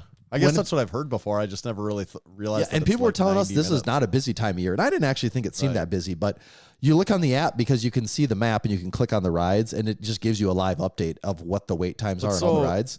You could legitimately, if you went there and you were doing that, you could go to like 4 or 5 rides in the day. Oh, totally. Yeah. Yeah. And like totally. And just like spend your entire day standing around in line, like not doing stuff. Yes. That's terrible. Yeah. That's why are people doing that? I mean, obviously it's a money thing, but right. If I was at that point, I would be like, no, I'll just wait until I have enough money to do Lightning Lane. Yeah, that's what I would say. Lightning Lane, you can only, and so you book your time. So it's like, okay, your time at this ride is, if you book it, it'll give you like an hour window. I'm going to mess up some of these details, but like Tower of Terror, our time was 2:30 to 3:30. So at any point in there, you show up, you scan your card, you go into that. And even like the middle of the day, Tower of Terror, it still probably took us 30 minutes to get through the ride. But that's a lot better than the 90 minutes it was saying for the other people. That had to wait. Reasonable, I guess. But so you can only book like 3 at a time. But then once you book one, then it opens up your reservations to find another one. So you can only have like 3 reservations at a time. Right. But so we do Hollywood Studios, and so we got there a little late, and the first one is like in kind of the main Hollywood studio building. It's like Mickey's Runaway Railway, and so we're in our Lightning Lane. It's like a 5-minute wait. We're going, and things seem like they're going kind of slow, and then all of a sudden you hear, "Oh, due to unforeseen circumstances, this ride is now being shut down." It's like, God damn it! This is like a ride for the kids. They were so excited for it. Okay, so we get out of that line. All right, what's next on our list? We got this Toy Story thing. Oh, that line is offline right now too. Okay, well, we got Star Wars Rise of the Resistance. Oh, that ride is offline right now too. It's like, all right, like all 3 rides we had planned for this morning are off. Like this. Yeah. So now. Like they were all shut down for maintenance. Yeah, shut down for maintenance. And it's like, well, what the hell? And now we're just like scrambling. And like it gives you, you know, you can sub out your thing and go do something else. But now your plans are kind of like in this total limbo because like you specifically picked some ones that the little kids could come on and do, and that kind of messed it up. Anyways, we end up like we got through our rides. We did the Star Wars ones and they were sweet. They were cool. Like I'm just thinking of, I've been so out of the Star Wars game, but like in elementary school, middle school, I loved Star Wars. I was obsessed with it. And I'm just thinking when I was a kid, this would have been the most mind-blowing thing to me to like experience this. So that was fun. And like I said, we did Tower of Terror then. And we took my boy will be 5 in a week. We took him on Tower of Terror, and the ride, he wanted to do it. The ride, he doesn't seem to be afraid of rides. Like the thrill of it, Not didn't scare him. Wave. But what got him is they make it like an episode of the Twilight Zone. So it's, you know, part of the ride. And they've gotten really creative with this. Most people that go to theme parks probably understand this. I don't, because I don't go to theme parks ever. But what they do is like halfway through the line, they kind of make part of the line part of the ride where it's like they present some type of storyline or something. Oh, yeah. And then it's like, okay. That's and it smart. kind of makes you feel like you're doing something in line. And then all right, the line continues. But in this, it gives you the story of the Twilight Zone. And here's the old Hollywood Hotel. And it got struck by lightning. And, you know, it's all very cheesy, like 1950s, but it shows this elevator getting struck by lightning. And these people have this like lightning effect go over them. And my boy, the lightning people, man, the lightning people terrified him. Then you go on this damn Tower of Terror and like the door opens and the lightning people are projected there. And he was not having a good time with the lightning. And then once you've seen the lightning people, then it does the bouncy thing where you're going up and down and up and free falling. Yeah. I actually don't think he minded that part. But we got done. He's like, I didn't like the lightning people. The lightning people just scared him a lot. I thought the lightning people were going to get me. Because we took him on some of the smaller roller coasters at Magic Kingdom, and he loved it. He thought it was the best thing ever. But yeah, lightning people, not great for 5-year-olds. So at this point, it was again like another 97-degree day, so humid. We're like, we're going to leave. We'll get the kids back to the hotel. My daughter can try and take a nap. We can hang out in the pool for a little bit. Maybe we'll come back tonight because we still had 3 more lightning lanes we could use. And so we got them settled. And then me, my wife, and my sister-in-law were like, all right, guys, we're leaving. We got to go. We hopped on the bus. We did Tower of Terror again. And then this time it seriously took like 10 minutes to get through the line. Had a ton of fun, you know, because it's just adults then at that point. We ran over to the Aerosmith line, did the Aerosmith roller coaster, got through that in like 5 minutes. Like the line was enormous for the other one, but we got through it so fast. And then we left there, and then the Mickey one was open, and it was actually, for being a kid's ride, it was actually pretty good. It was a good time. So we got through 3 rides in like a slightly over an hour, and then the park closed at 9 o'clock, and they do a big fireworks thing, and it was it was a good time. I'm very excited to go again someday when our kids are a little older, can partake in more of it. But overall, very cool experience. Very good time. I 100% get why people are freaks for Disney World and love that. Couple other random notes here just about the trip in general.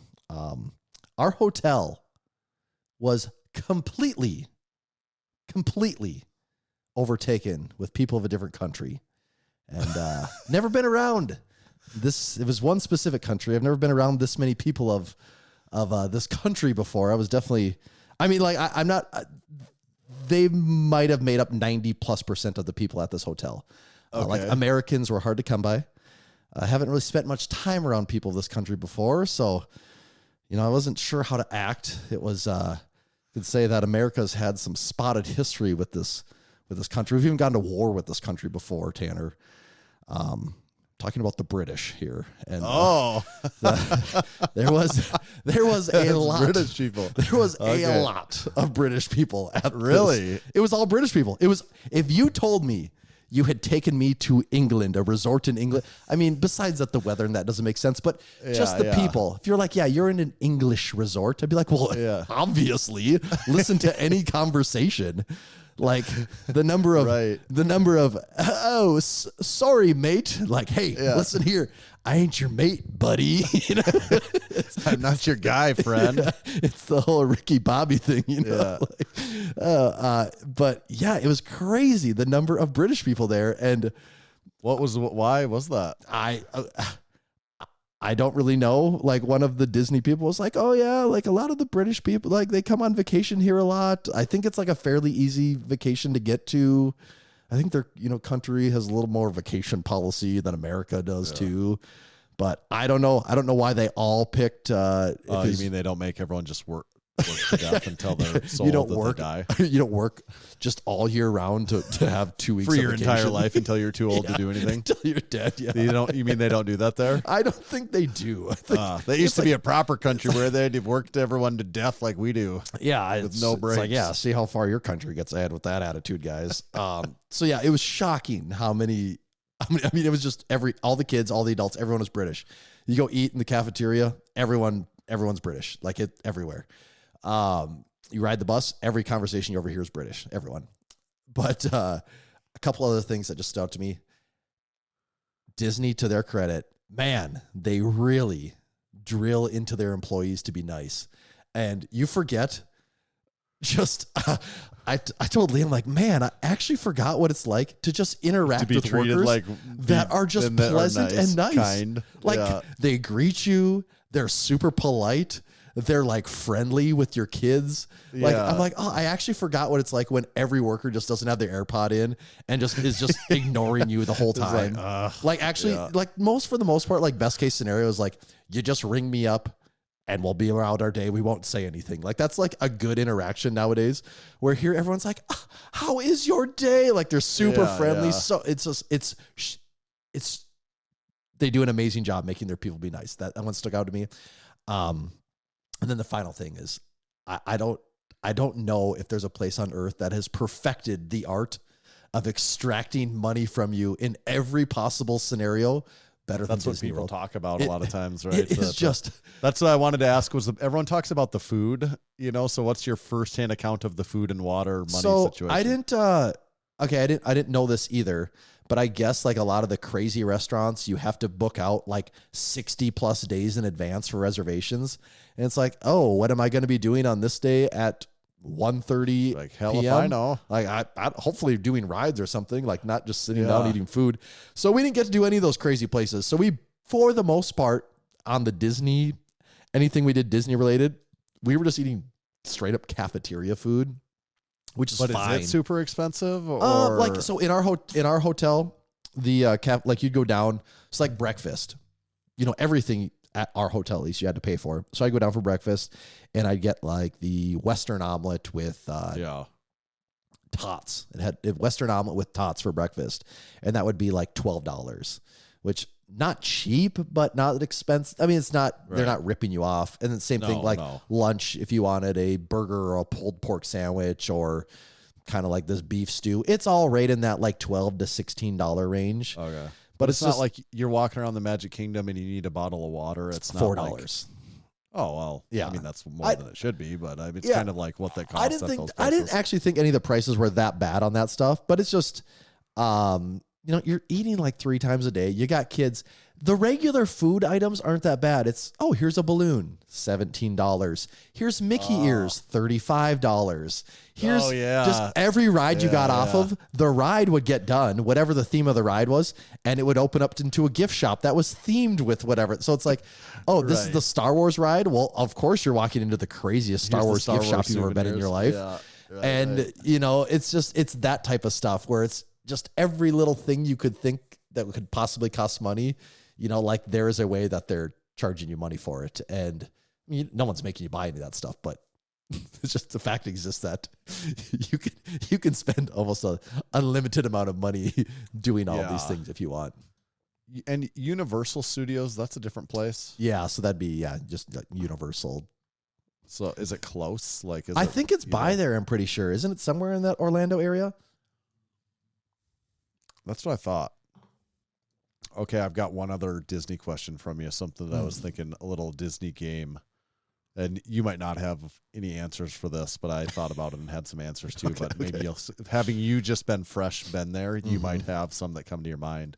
I was thinking about what the Mount Rushmore of strong Disney characters are. Oh, strong Disney characters. Okay. And not like strong-willed, like none of that. But actually weedy, muscular. Yeah, like jacked Strong. Disney characters. And I don't know if any come to your mind, but I did make myself a Mount Rushmore. Okay, are we counting Pixar in here too then? I guess you have your druthers. I actually was unsure myself. I'm like, well, does your list have Pixar people in it? I don't think so, I guess. Well, okay, if you don't, then I'll just not do it on mine either then. Yeah, because that's almost like, I don't know why, but that feels like cheating a little bit. Even though they very much are a part of it. But I know. Yeah, it's definitely different. That's a whole different world though, right? Yeah. We'll just see if you have any that come to your mind and who they are. Well, Hercules, obviously, right? Hercules is on the list. I think you kind of have to put Hercules on the list, right? Hercules has to be on there. I mean, that's just what stakes. It is. Yeah. It's just what it is. I think that's a must. Although he's not the favorite one I have on my list, actually. Oh, he's not the favorite. Okay. God, who would be... None of the basic Disney people, like, you're not putting like Mickey, Goofy, Daisy, Donald. None of them are making the cut, obviously. No, I don't think so. Okay. Maui from Moana. Maui's on my list as well. Yep. Yeah, I think you have to have Maui. Maui makes the cut as well. Maui from Moana. If you have kids, you know about Maui. Yes. Basically. If you don't, maybe you've never watched Moana. Yes. So Moana, your kids like Moana? Yes, my kids like Moana. My daughter all kids like Moana, I think. Yeah. My daughter How about really Moana likes, 2? Yeah, I don't think the songs are as catchy in Moana 2. No. Moana is a pretty good movie. It is pretty good. Sometimes I think, this would be my critique. Hercules is not that good of a Disney movie. I have not seen that movie since I was in third grade whenever that came out. It's not an iconic movie, though. Not really, no. I'm guessing it sucks. It probably does.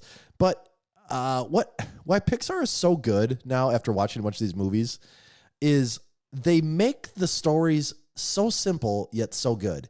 Yeah. Like the Disney storylines are overly complex, and I'm like thinking how complex some of these are, and I'm like, I'm an adult that can process stuff. Yeah, there's no way my kids, other than you're good and you're bad. I'm like, the Maui storyline, the Moana storyline is a little complex. Like when you actually think about it, like at its most simple, it's like, she's trying to take this heart of Te Fiti to restore it.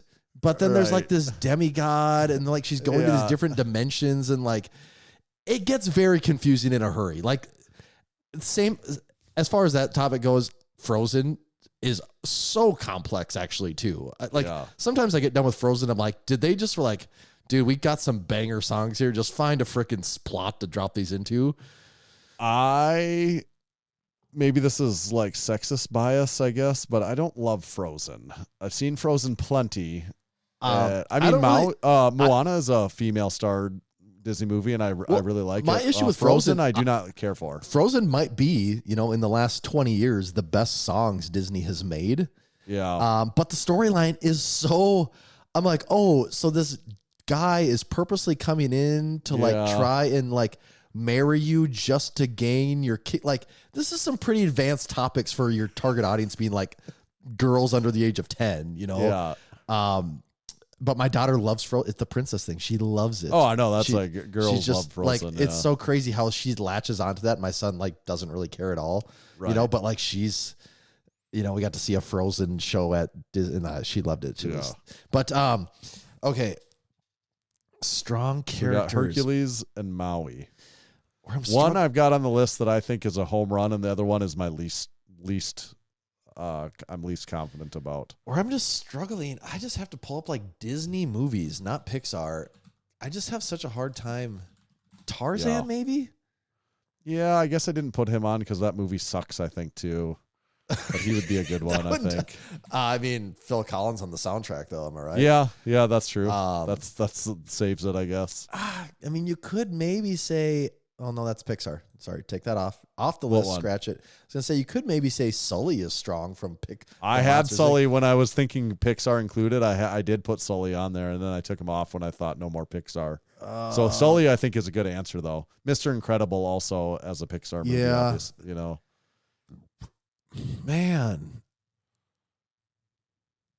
I'm actually really struggling. Oh, the Beast from Beauty and the Beast. The Beast. That's my favorite one. I think the Beast is a home run choice because the Beast just looks like his taper is insane. It is. You So know? I haven't got to have a good watch of Beauty and the Beast yet because just I in, love like, Beauty and the Beast. It's just in like the last month where my daughter has wanted to start watching that, and I think she's actually watched it on her own a few times, but I've never actually got to just sit down and watch it. So that one, I don't even. Beauty and the Beast is awesome. Yeah, I'll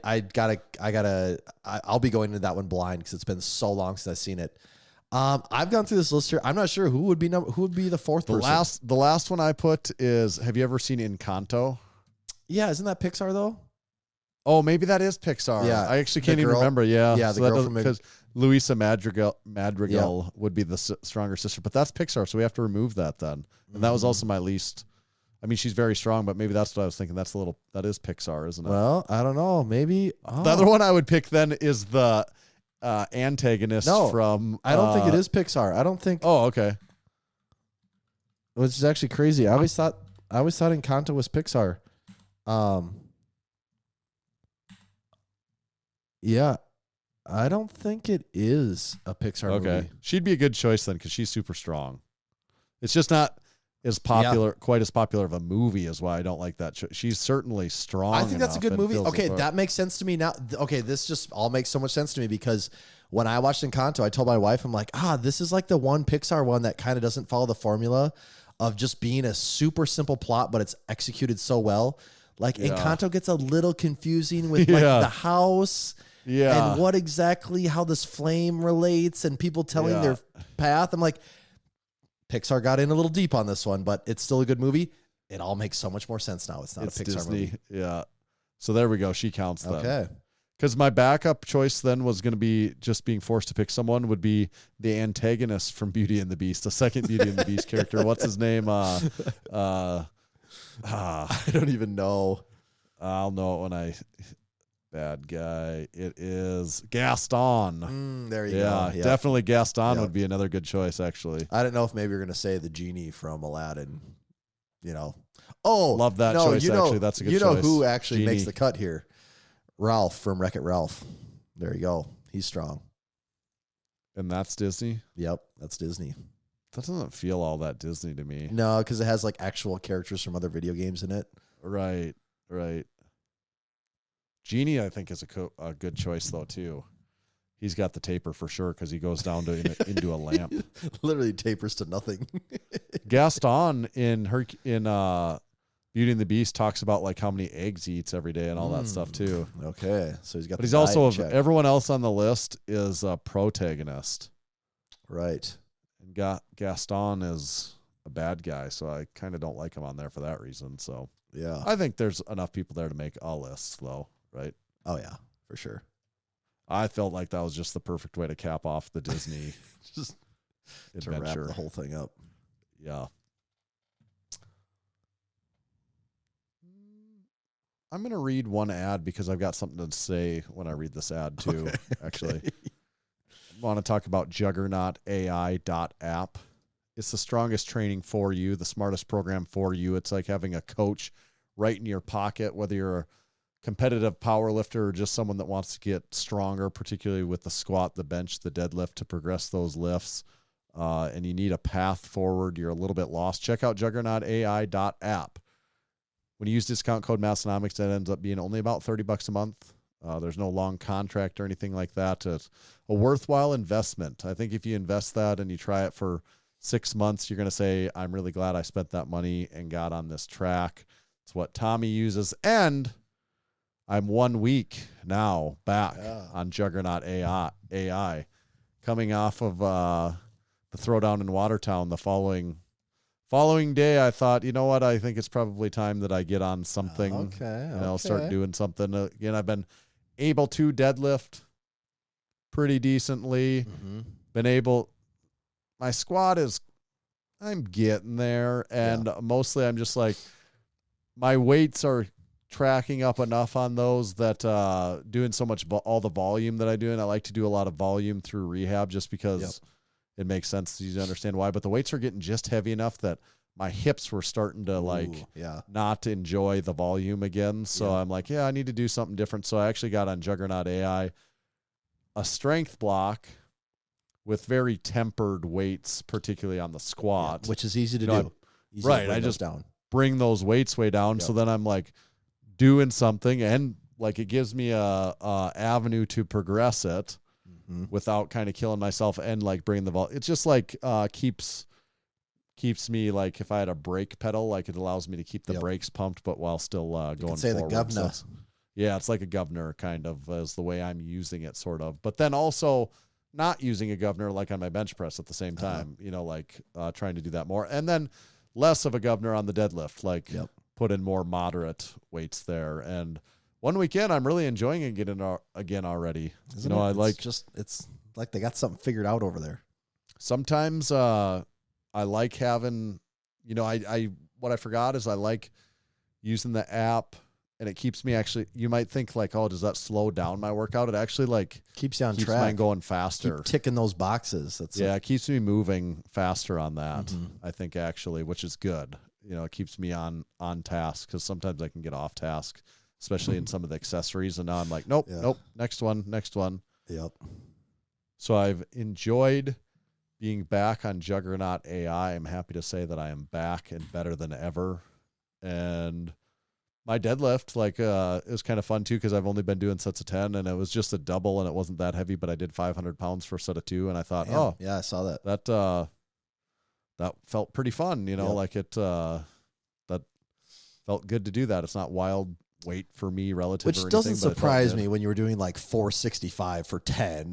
Right. From there again, like it's not like crazy. Yeah, right. It's not like a crazy, but it's still just more than I've done yet. Yeah, on this. So it's like, okay, that's a fun step in the step of progress. The other thing, even before I got back on Juggernaut, I think it's almost been 2 weeks ago now. I had been off of these for a long time. And someone else is talking about it and like, I really need to start doing those again. They're so fast and I feel like I get so much out of them. It takes almost no time in my workout is the ab roll. Oh yeah. Ab wheel rollers. Yep.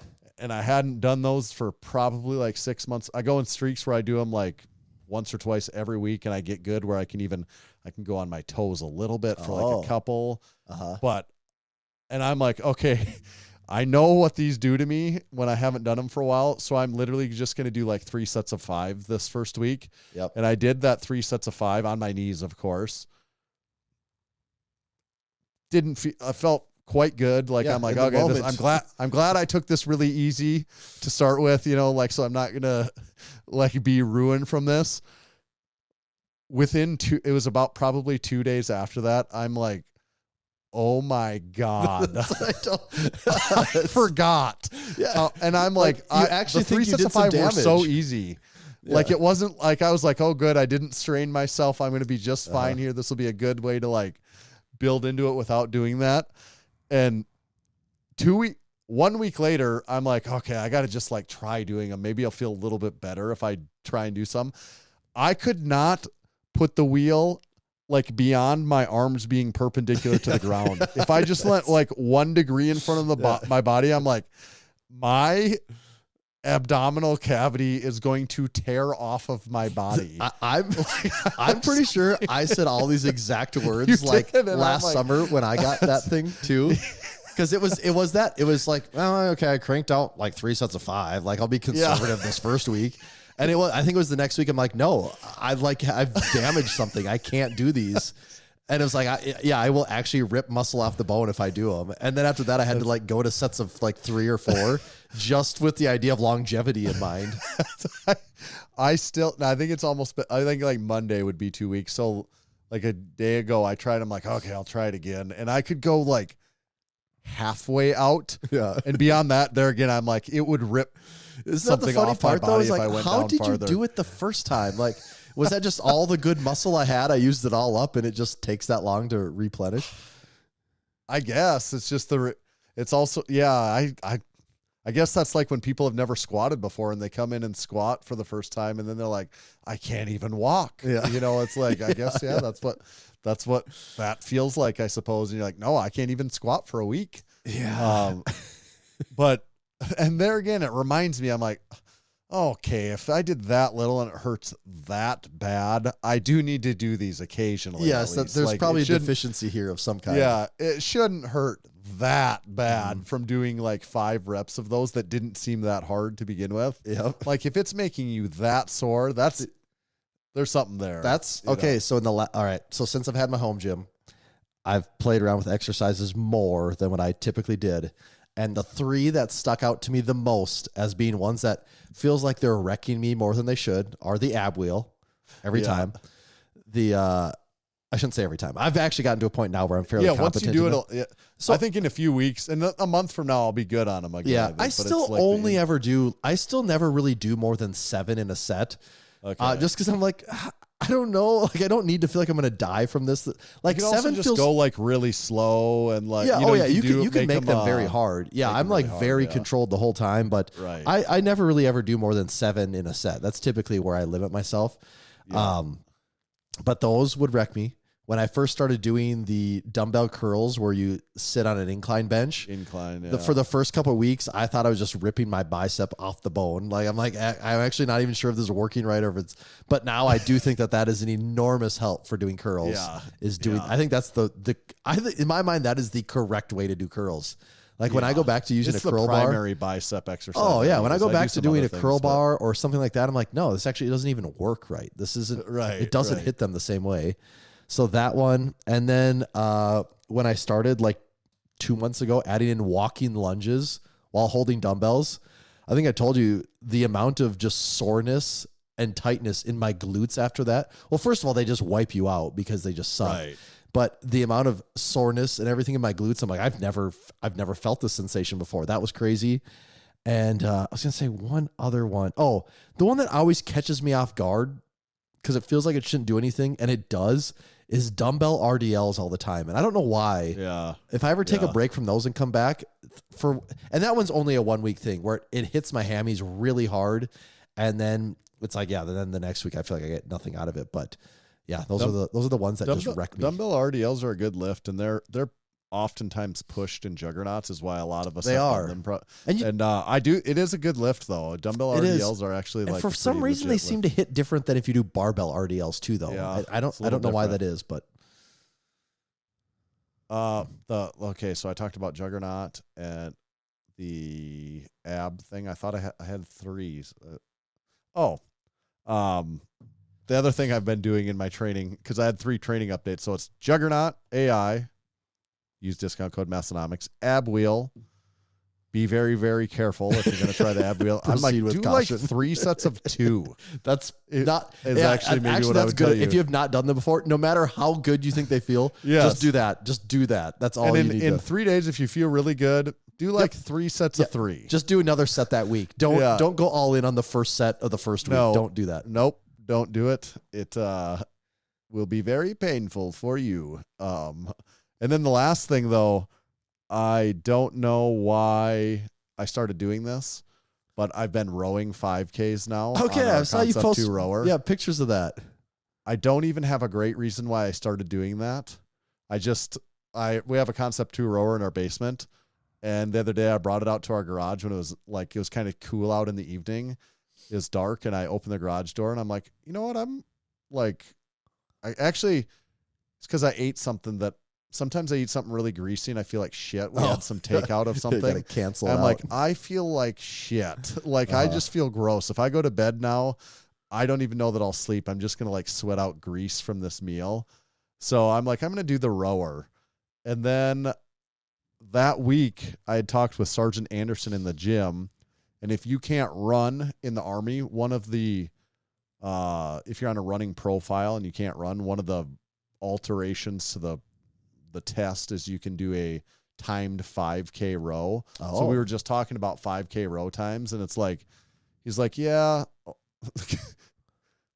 don't want to stereotype because there's probably people listening that are in the military and that are on a running profile. But a lot of the people that are on a running profile, I'm like, you're being fucking lazy because you don't want to run. Like that's the way to game the system is. Okay. And then because the alternatives are never as hard as the run, but everyone that does them always says, oh, it's actually just as hard, if not harder than the run. Right. It's actually just as hard as the like, well, run. then just do the thing you're And supposed I'm to like, do. okay, is it? Yeah. So the time on this row is like you got to row it in like the 5K in like 31 minutes. So that was part of why that was in the back of my mind because Okay. I'm like, I Where do should you do sit? that sometime. And Yeah. because I was like, I want to see what my 5K row time is like completely untrained and like, because even this was me living through him, but I'm like, I know those people exactly how they say that. And it annoys me without even like hearing Right. it myself. They're like, actually, it's really hard to do the row. It's probably harder than the run. And I'm like, no, it's not. It's not harder than the run. So where were you at in like the first one that you whipped out? So the first one I did under 20 minutes and 30 seconds. Oh. And it was not balls to the wall. Yeah, and you haven't been doing any cardio lately, have you? Like you can't really, can you? So that was my other thing too, is I haven't been able, like when I was playing basketball before I tore my ACL, I was doing like at least 3 hours of intense cardio every week, you know, if not like 3 to 5 hours of really intense cardio every week, like where I was completely gassed from it every time. So I was actually in pretty good shape because I'd been doing it for several months, you know. And I'm like, God, some of my lifting, like some of these harder sets of 10, I'm like, I get through the set and I'd get done and I'm like, I am just smoked where I'm like, I almost can't like get recovered to do another set. It sucks. Like it's not like breathing hard even. I'm just like, I just can't. wiped out. I'm just so wiped out. Like the thought of like getting back onto the bar after something or, you know, picking the bar up, I'm like, I just like it took everything I had to do that. And I just can't like get back to even a remote baseline. So I'm like, I think I need to do some sort of cardio too as part of it. So anyways, I landed on these 5K rows. And so I did like 20, 32 and I'm not programming it. I'm just like, every time I just want to do faster, but sometimes I'm like, yeah, I don't feel like doing one faster this time. Yeah. I'm just going to row it, but I have brought my time down. This last one I did 19 minutes and 20 seconds. And I know I could do sub 19 if I sandbag my PRs every time because I'm like, if you don't I want to PR crush this it by too 30 much, seconds. right? Then I'm like, I don't know what I'm going to do the next time I come out here because it's going to be so freaking hard then. Yep. But I know I can go I know I can go in the 18s. And then so I'm like, I'm always chat GPTing like what good times are and like talking to chat GPT about where my times, you know, it's actually a really good tool for that because I'm like, oh, I just did a 1922. I'm 38 years old, male. Like, where does that rank me? Yep. You know, and it's like, gives you I mean, a grain of salt, this chat GPT, but Right. like seemingly pretty cool information. And it's always like, do you want me to help you program to make it faster? He's like, you know, it's like, and I'm like, well, here's what I'm doing now. And they're like, well, and I've just been testing this because it's interesting to see how they want to how chat GPT wants to program you. And it seems like it has pretty useful things. And it reminds me if I had never squatted before and I'm just like, yeah, I just squatted 135 by 5. Is that good? And they're like, oh, that's a good start. Do you want to help me? Do you want me to help you grow get that up? Yeah. Yeah. And like, I'd be curious what they'd say there, but like in terms of rowing, it seemed like it gave you pretty. So does it want you to do like intervals or what is it? Yeah. It's like, and I'm like, well, as of now, I just kind of, every time I come, I just try to increase my 5K time. And it's like, yeah, that's actually a really good strategy off the start. Yeah. But eventually you're going to run into a roadblock on that. And it's just like, if it was about lifting, it's exactly spot on too. Right. Where you just can't go hard the whole time and expect to get better. But the rowing is particularly interesting.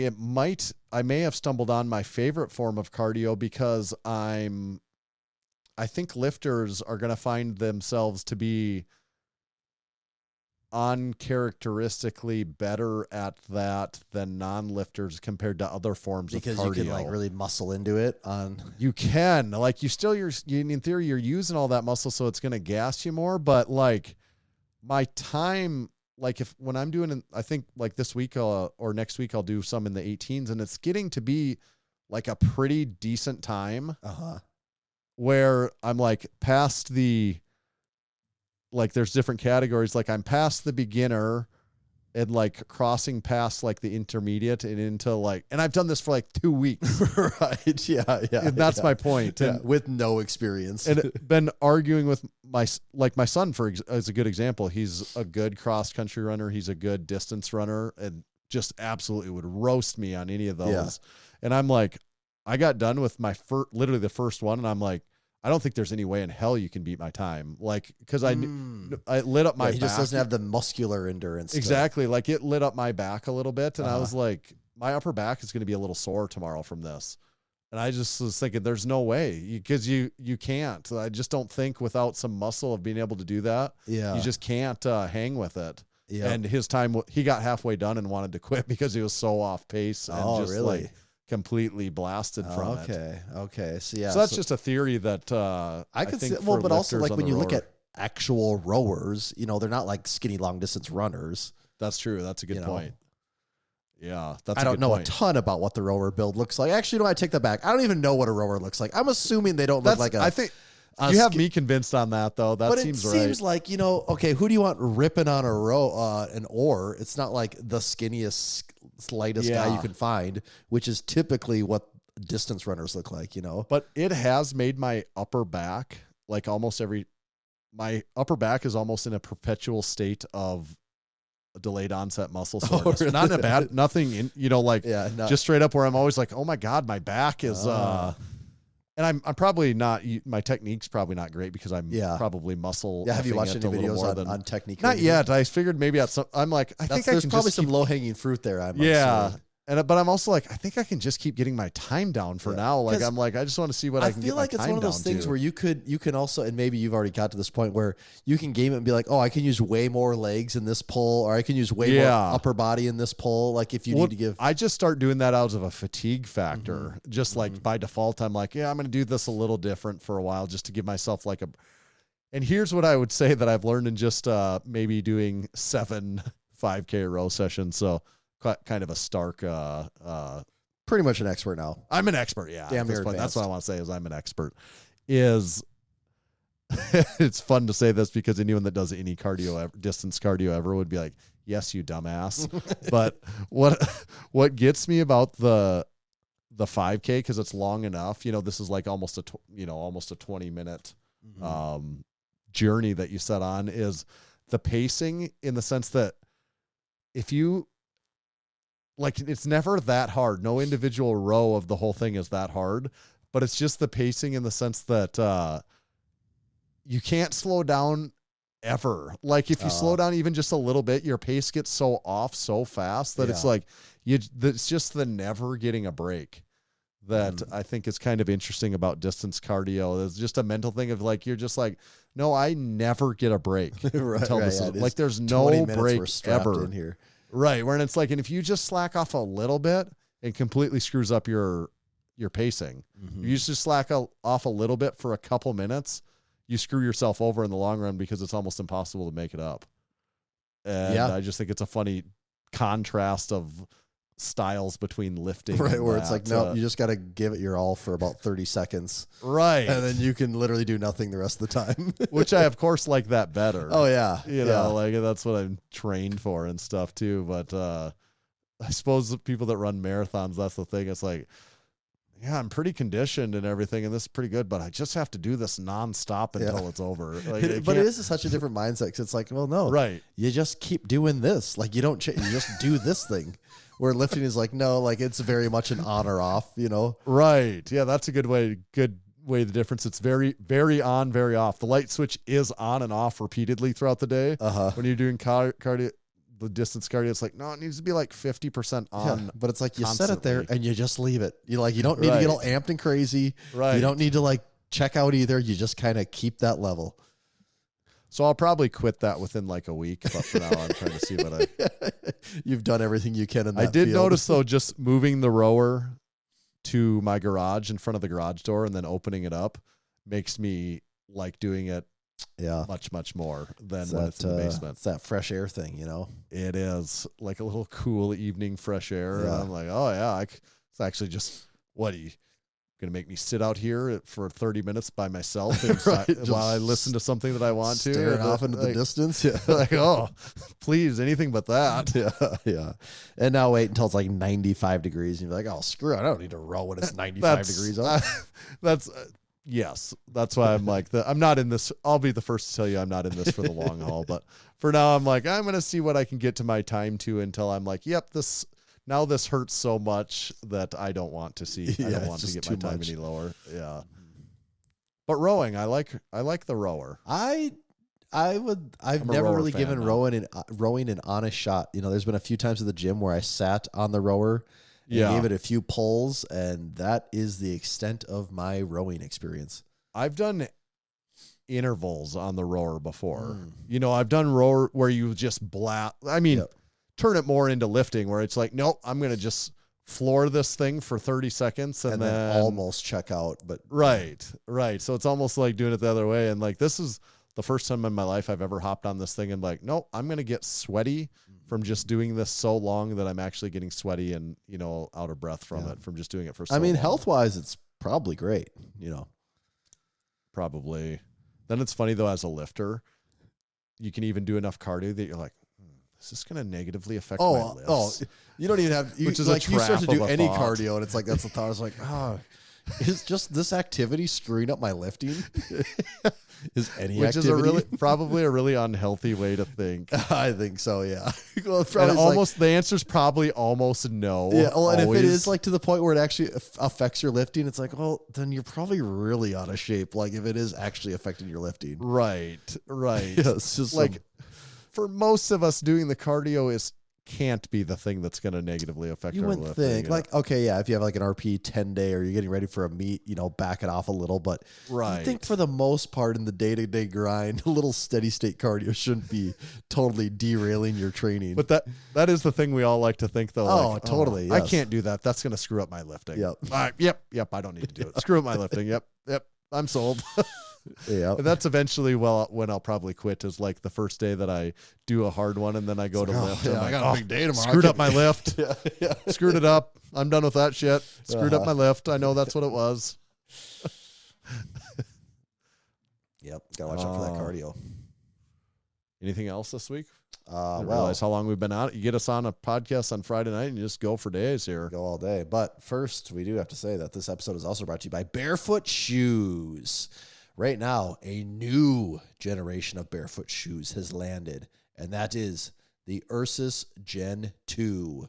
It is the next gen, new outsole, new limits, Ursus Gen 2. Right now, they got a few different styles of this in stock. You got the white options and black options available in low top and high top, and canvas and suede uppers as well. So got the basics covered. How does this differ than the normal one? Well, it's just got a little bit more of that thicker sneaker sole. So if you don't want to go full total barefoot shoes, but you still want that option where your foot can really spread out, grab the ground, the Ursus Gen 2 is a great option to go with. If you are looking for the classic barefoot shoes, though, they do have the Ursus Gen 1, low top and high top. They got the Oso slip-on. They got the boots, the Bruin boots, and a few different options there too. So head on over to barefoot.store, use code Massenomics, and you can save 10% on your next order. Thank you, Barefoot Shoes. Oh, what's your back update after the trip? How's your back? We left you last episode where your back wasn't feeling that good, and then we were at the throwdown in Watertown, and your back was still on the recovery, and then you've been gone for a while. So how's the Tower of Power, or what's the no, maybe like put it back into place? It's not good, actually. It's not good. And what I actually thought I was making pretty good what murders it, it's that Allegiant flight. Flying Allegiant is the most god-awful airplane seat I've ever been in my life. It's like... Is that a direct flight? Yeah, and it's a direct flight. And then, of course, you sit on the runway for like 45 minutes before you go. So all of a sudden, it's like this 4-hour flight. And, on the way there, I actually was thinking when we were in Watertown, like, I had to take it easy. Yeah. But I was thinking, I think I am, like, I am making progress. Like, it's not as bad as it was. And, I got a little bit of a workout in. Nothing. I just kind of got movement. Whatever. Yeah. I didn't hit anything hard. And then so that next day, then we flew to Florida, and I got off the flight and I'm like, oh my God, I'm like screwed. Like my back. Like it was as bad as it had been. It hurt so bad, like to the point where like walking sucks. And I'm like, oh my God. Like, and it was that flight. So like I went to bed that night and I woke up. Seats there, like in that flight, are particularly bad. They just suck, and they don't recline in any way either. And just like they don't have a recline button. No, there's no recline button, and it might sound dumb, but like that extra, just like what is it, 2 inches of recline makes like a world of difference for me. And it's like somehow the seat feels like it's pushing my shoulders forward, while like the lumbar is completely caved out, like. It's just like the worst. If you like made up the worst, it just feels like it could not be any worse. And I walked off that flight. I feel like I was broken. And the next day, I'm like, I think I'm maybe a little better than yesterday. Yeah. And then, actually, by the third day, you put some monster step days in at Disney. Like the third day, my phone said like 19,000 steps, which is that's a lot of steps. That's a lot of walking. And by the time that day was over, granted, I was moving all day long and it was in the heat. I'm like, I'm feeling like actually my back isn't feeling too bad right now. When I woke up the next day, I was actually pretty sore. That's a lot of walking, That is a lot of walking. Yeah, like I was actually feeling a little beat up, just like I kind of felt like I had worked out almost the day before. Right. Just I'm not used to that much time. And then when I'm not walking, you're standing, so it was just basically on your feet for like 14 hours or whatever it was. 20,000 steps. Yeah. Yeah. So I was felt a little beat up from that, but when we left, I was like, okay, like I'm feeling better. And then we rode that flight home, and when we were at that, did it all over again. We're on that 45-minute mark, and we hadn't even taken off yet. And I'm like, oh my God, this is not good. And like we got off the plane, and I just felt awful again. I'm like, I feel like I just rewinded the clock like 7 days here. Yeah. And woke up this morning, I didn't feel great again. Gotten a little better as the day goes on. I guess tomorrow will be a better test, but definitely slower than what I was maybe hoping for here. So pretty much the flights were not helpful. Oh, well, and I thought about it actually, when we left, I think flights always screw me, because when we left California in January, I came back and I just had like the most I had RP 10 deadlift day, but I had just like the most minor tweak. Like I could have lifted through it, but just out of caution, I like just extended everything out. And so like that was right after a flight there. And then Ohio, we did a flight, 2 weeks ago? And then here we are like a week later, tweaked my back again. It's like anytime I have like and that was a severe tweak, but anytime I have like these little mess ups, it's within a week or two of a flight seems to be the common theme. Yeah. So yeah, I don't know. It's not good right now. Like I'm actually kind of just like mentally accepting the fact that like a real peak is probably totally out the window. Yeah. But it's just, I guess, would be like I can now. So it's getting better in certain ways. Like I'm starting to have like my tests that I know for myself is like, can I do like a seated leg extension and not have severe pain in my back, pinching, and like that's coming around. Like that's a big test for me when that one's coming around, that I know things are getting better. And so like that one's coming around, and also like squatting to depth, I can like pretty much squat to depth without feeling like my back's getting hit by a lightning bolt. That's another big one, because like squatting to depth is actually matters for something. And granted, I'm just talking air squats here. There's no weight involved yet, but like a week ago, I couldn't do like I could get like I'd be a few inches high, and it would be hurting. It was like severe. So that is coming around too. I'm just hoping like now that I can get back in my routine of sitting in the chairs I'm used to, sleeping in the bed I'm used to, being in the positions I'm used to, that maybe we can on an airplane for 5 hours. Not doing like dumb stuff like that. Like maybe we can speed up recovery here a little more. And then if that's the case, then it's like, okay, well maybe next week I can actually start to try some SBD days. And then if that goes okay next week, then the next week, like maybe I can start throwing some actual weights on. And that gives me like a 4-week prep then. So so things are going great. Like they're just, I guess what I'm trying to remind myself is like nothing muscular wise is going to change drastically over the next 3 weeks. It's just how well you can express that 1 rep max. And, when you're not taking heavy singles and doubles, you're not having a lot of practice really expressing your true potential in that lift. So I don't know. I'm trying to stay optimistic about it. It's just really annoying. It's not even like it's a muscle thing. I can pump blood into the muscle, do all that. My muscles feel fine. It's not that. It's a nerve thing, and that's been my issue. Like that's always been my one bugaboo in lifting. Like I've just never really even had to work through anything else besides this, and it's always this one. So we'll keep on keeping on. Guess if it was easy, everyone would do it. Oh, God, I think like when people say they hurt their back and quit lifting, I'm like, oh my God, I totally get it. Like why? Like who else would? It's like, oh, everything sucks. Like everything sucks when this happens. Everyone else would be like, no, screw it. And your first thing is like, how can I do this more again? That is. It's like, what can I do to be able to do this more? What's the on-ramp into getting right back in there, getting right back on the horse?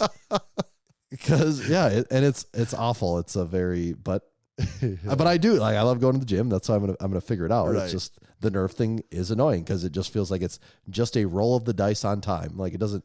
Yep. Yeah. Well, that's the same. Every time I've hurt myself lifting in every way, whether it's tearing a ligament or more minor things, the first thing is like, all right, how can I do that some more? Yeah. And what do I got to do to be able to do that some more? Right. And part of it does come with the territory because, like, I don't know if this was in a book or something, but it's like, well, if someone was playing basketball and they rolled their ankle, you wouldn't say, well, don't ever play basketball again. People are like, well, yeah, obviously you're playing basketball. You're going to roll an ankle sometimes. It's like, yeah, you're lifting. You're going to get banged. Like some people have issues with muscle tears or things like that. Some people have nerve. And like, I guess I have the nerve thing. So it's just, I'll figure it out eventually. It's just how long will this one be? Don't know. One last note on lifting before we wrap it up. Just want to update everyone on Larry Legend's meet prep. He did squat 495 for a set of 6. Yeah, what the hell? I could have sworn there was 3 plates on the bar. I'm pretty sure he could have done it for a set of 10. Because when I first started watching that video, I wasn't even looking at the weight. Recount the plates. Yeah, because he was moving it so easy. I'm like, well, and then I'm like, wait. I'm like just trying to zoom the video. I'm like, he has 5 plates on there and he's moving that easily. Like, what is going on? It's not even that he did it for a set of 6. It's how they all looked. So easy. So easy. That's where I was like, shockingly easy. And Larry Legend has competed in powerlifting for like 20 years at this point, roughly. I guess. He's turning 48, and he is now the strongest he's ever been right now. Yeah. Is he running Juggernaut? Yes. Well, there you go. That was supposed to be an RPE 10, and it was absolutely was not. Oh, that was actually supposed to be an RPE 10 day. Yeah. Oh, God. Which makes, he's never done a set like that before. Yeah. Like he's never done 500 for a set of 6. Like when I picture Larry, I picture Larry throwing 4 plates and just squatting away. Like that's his thing. Yes. That's what 5 plates. Yeah. That I'm pretty sure he could have done 515 or 525 for a set of 6. I think so, judging by how that looked. Yeah. He's going to squat 600 pounds, and he's never done that before. And I think he's also going to deadlift 600 pounds. Yeah. Well, yeah, because his deadlift always matches his squat. So right. So that's the Larry Legend update, as everyone wanted to know. What's his bench looking like? He had hurt his shoulder the last year, so it's actually coming back. But like over 350, you think? Maybe about that much right now. I would say that's in. But his all-time PR is like 370-ish, isn't it? He's maybe done in the 380s or something. He's done 400 in the gym and maybe like 380 whatever. Okay. But either way, he's not like drastically off a platform PR. And the big lifts are both up. So stay tuned for more Larry Legend as we get close to. Some guys just have it all, don't they? But I was talking to him like, God, he's almost 50. And he didn't just start doing this. He's been competitively powerlifting for 20 years. Larry. It's Larry. But he did, to update people farther, he did have a job position. He was doing less. He's got a little less manual labor. Well, so I'm wondering that's if like cheating now. He has all this extra recovery time. 30 years, and now he doesn't have to do that anymore. So he's in a state of super recovery all the time. Yes. Anything else for this week? It's probably enough, isn't it? I think that's it. Yeah, we can. It was a doozy of an episode. Yeah, we got other things here. They can wait till next week. All right, we'll save that for 478. Got to have something for 478. That's right. Hate to end this podcast this week. Yeah, this ain't gonna be the week. Leave us a 5-star review on Apple Podcasts. I think we're at like 592. So we literally need like 8 reviews on Apple Podcasts to break 600. So leave us a freaking review. If you've been listening to this for any amount of time and you enjoy it at any level, get onto Apple Podcasts somehow and leave us a review.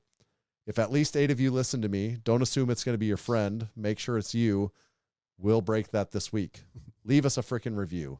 Also become a frickin' supporting member. I'm not actually upset about that one. Just leave us the review. Please become a supporting member if you would like to. Line in the sand coming, that stuff. Become a certified training facility. Get yourself on the map. Check out the map, and we could talk about you some week.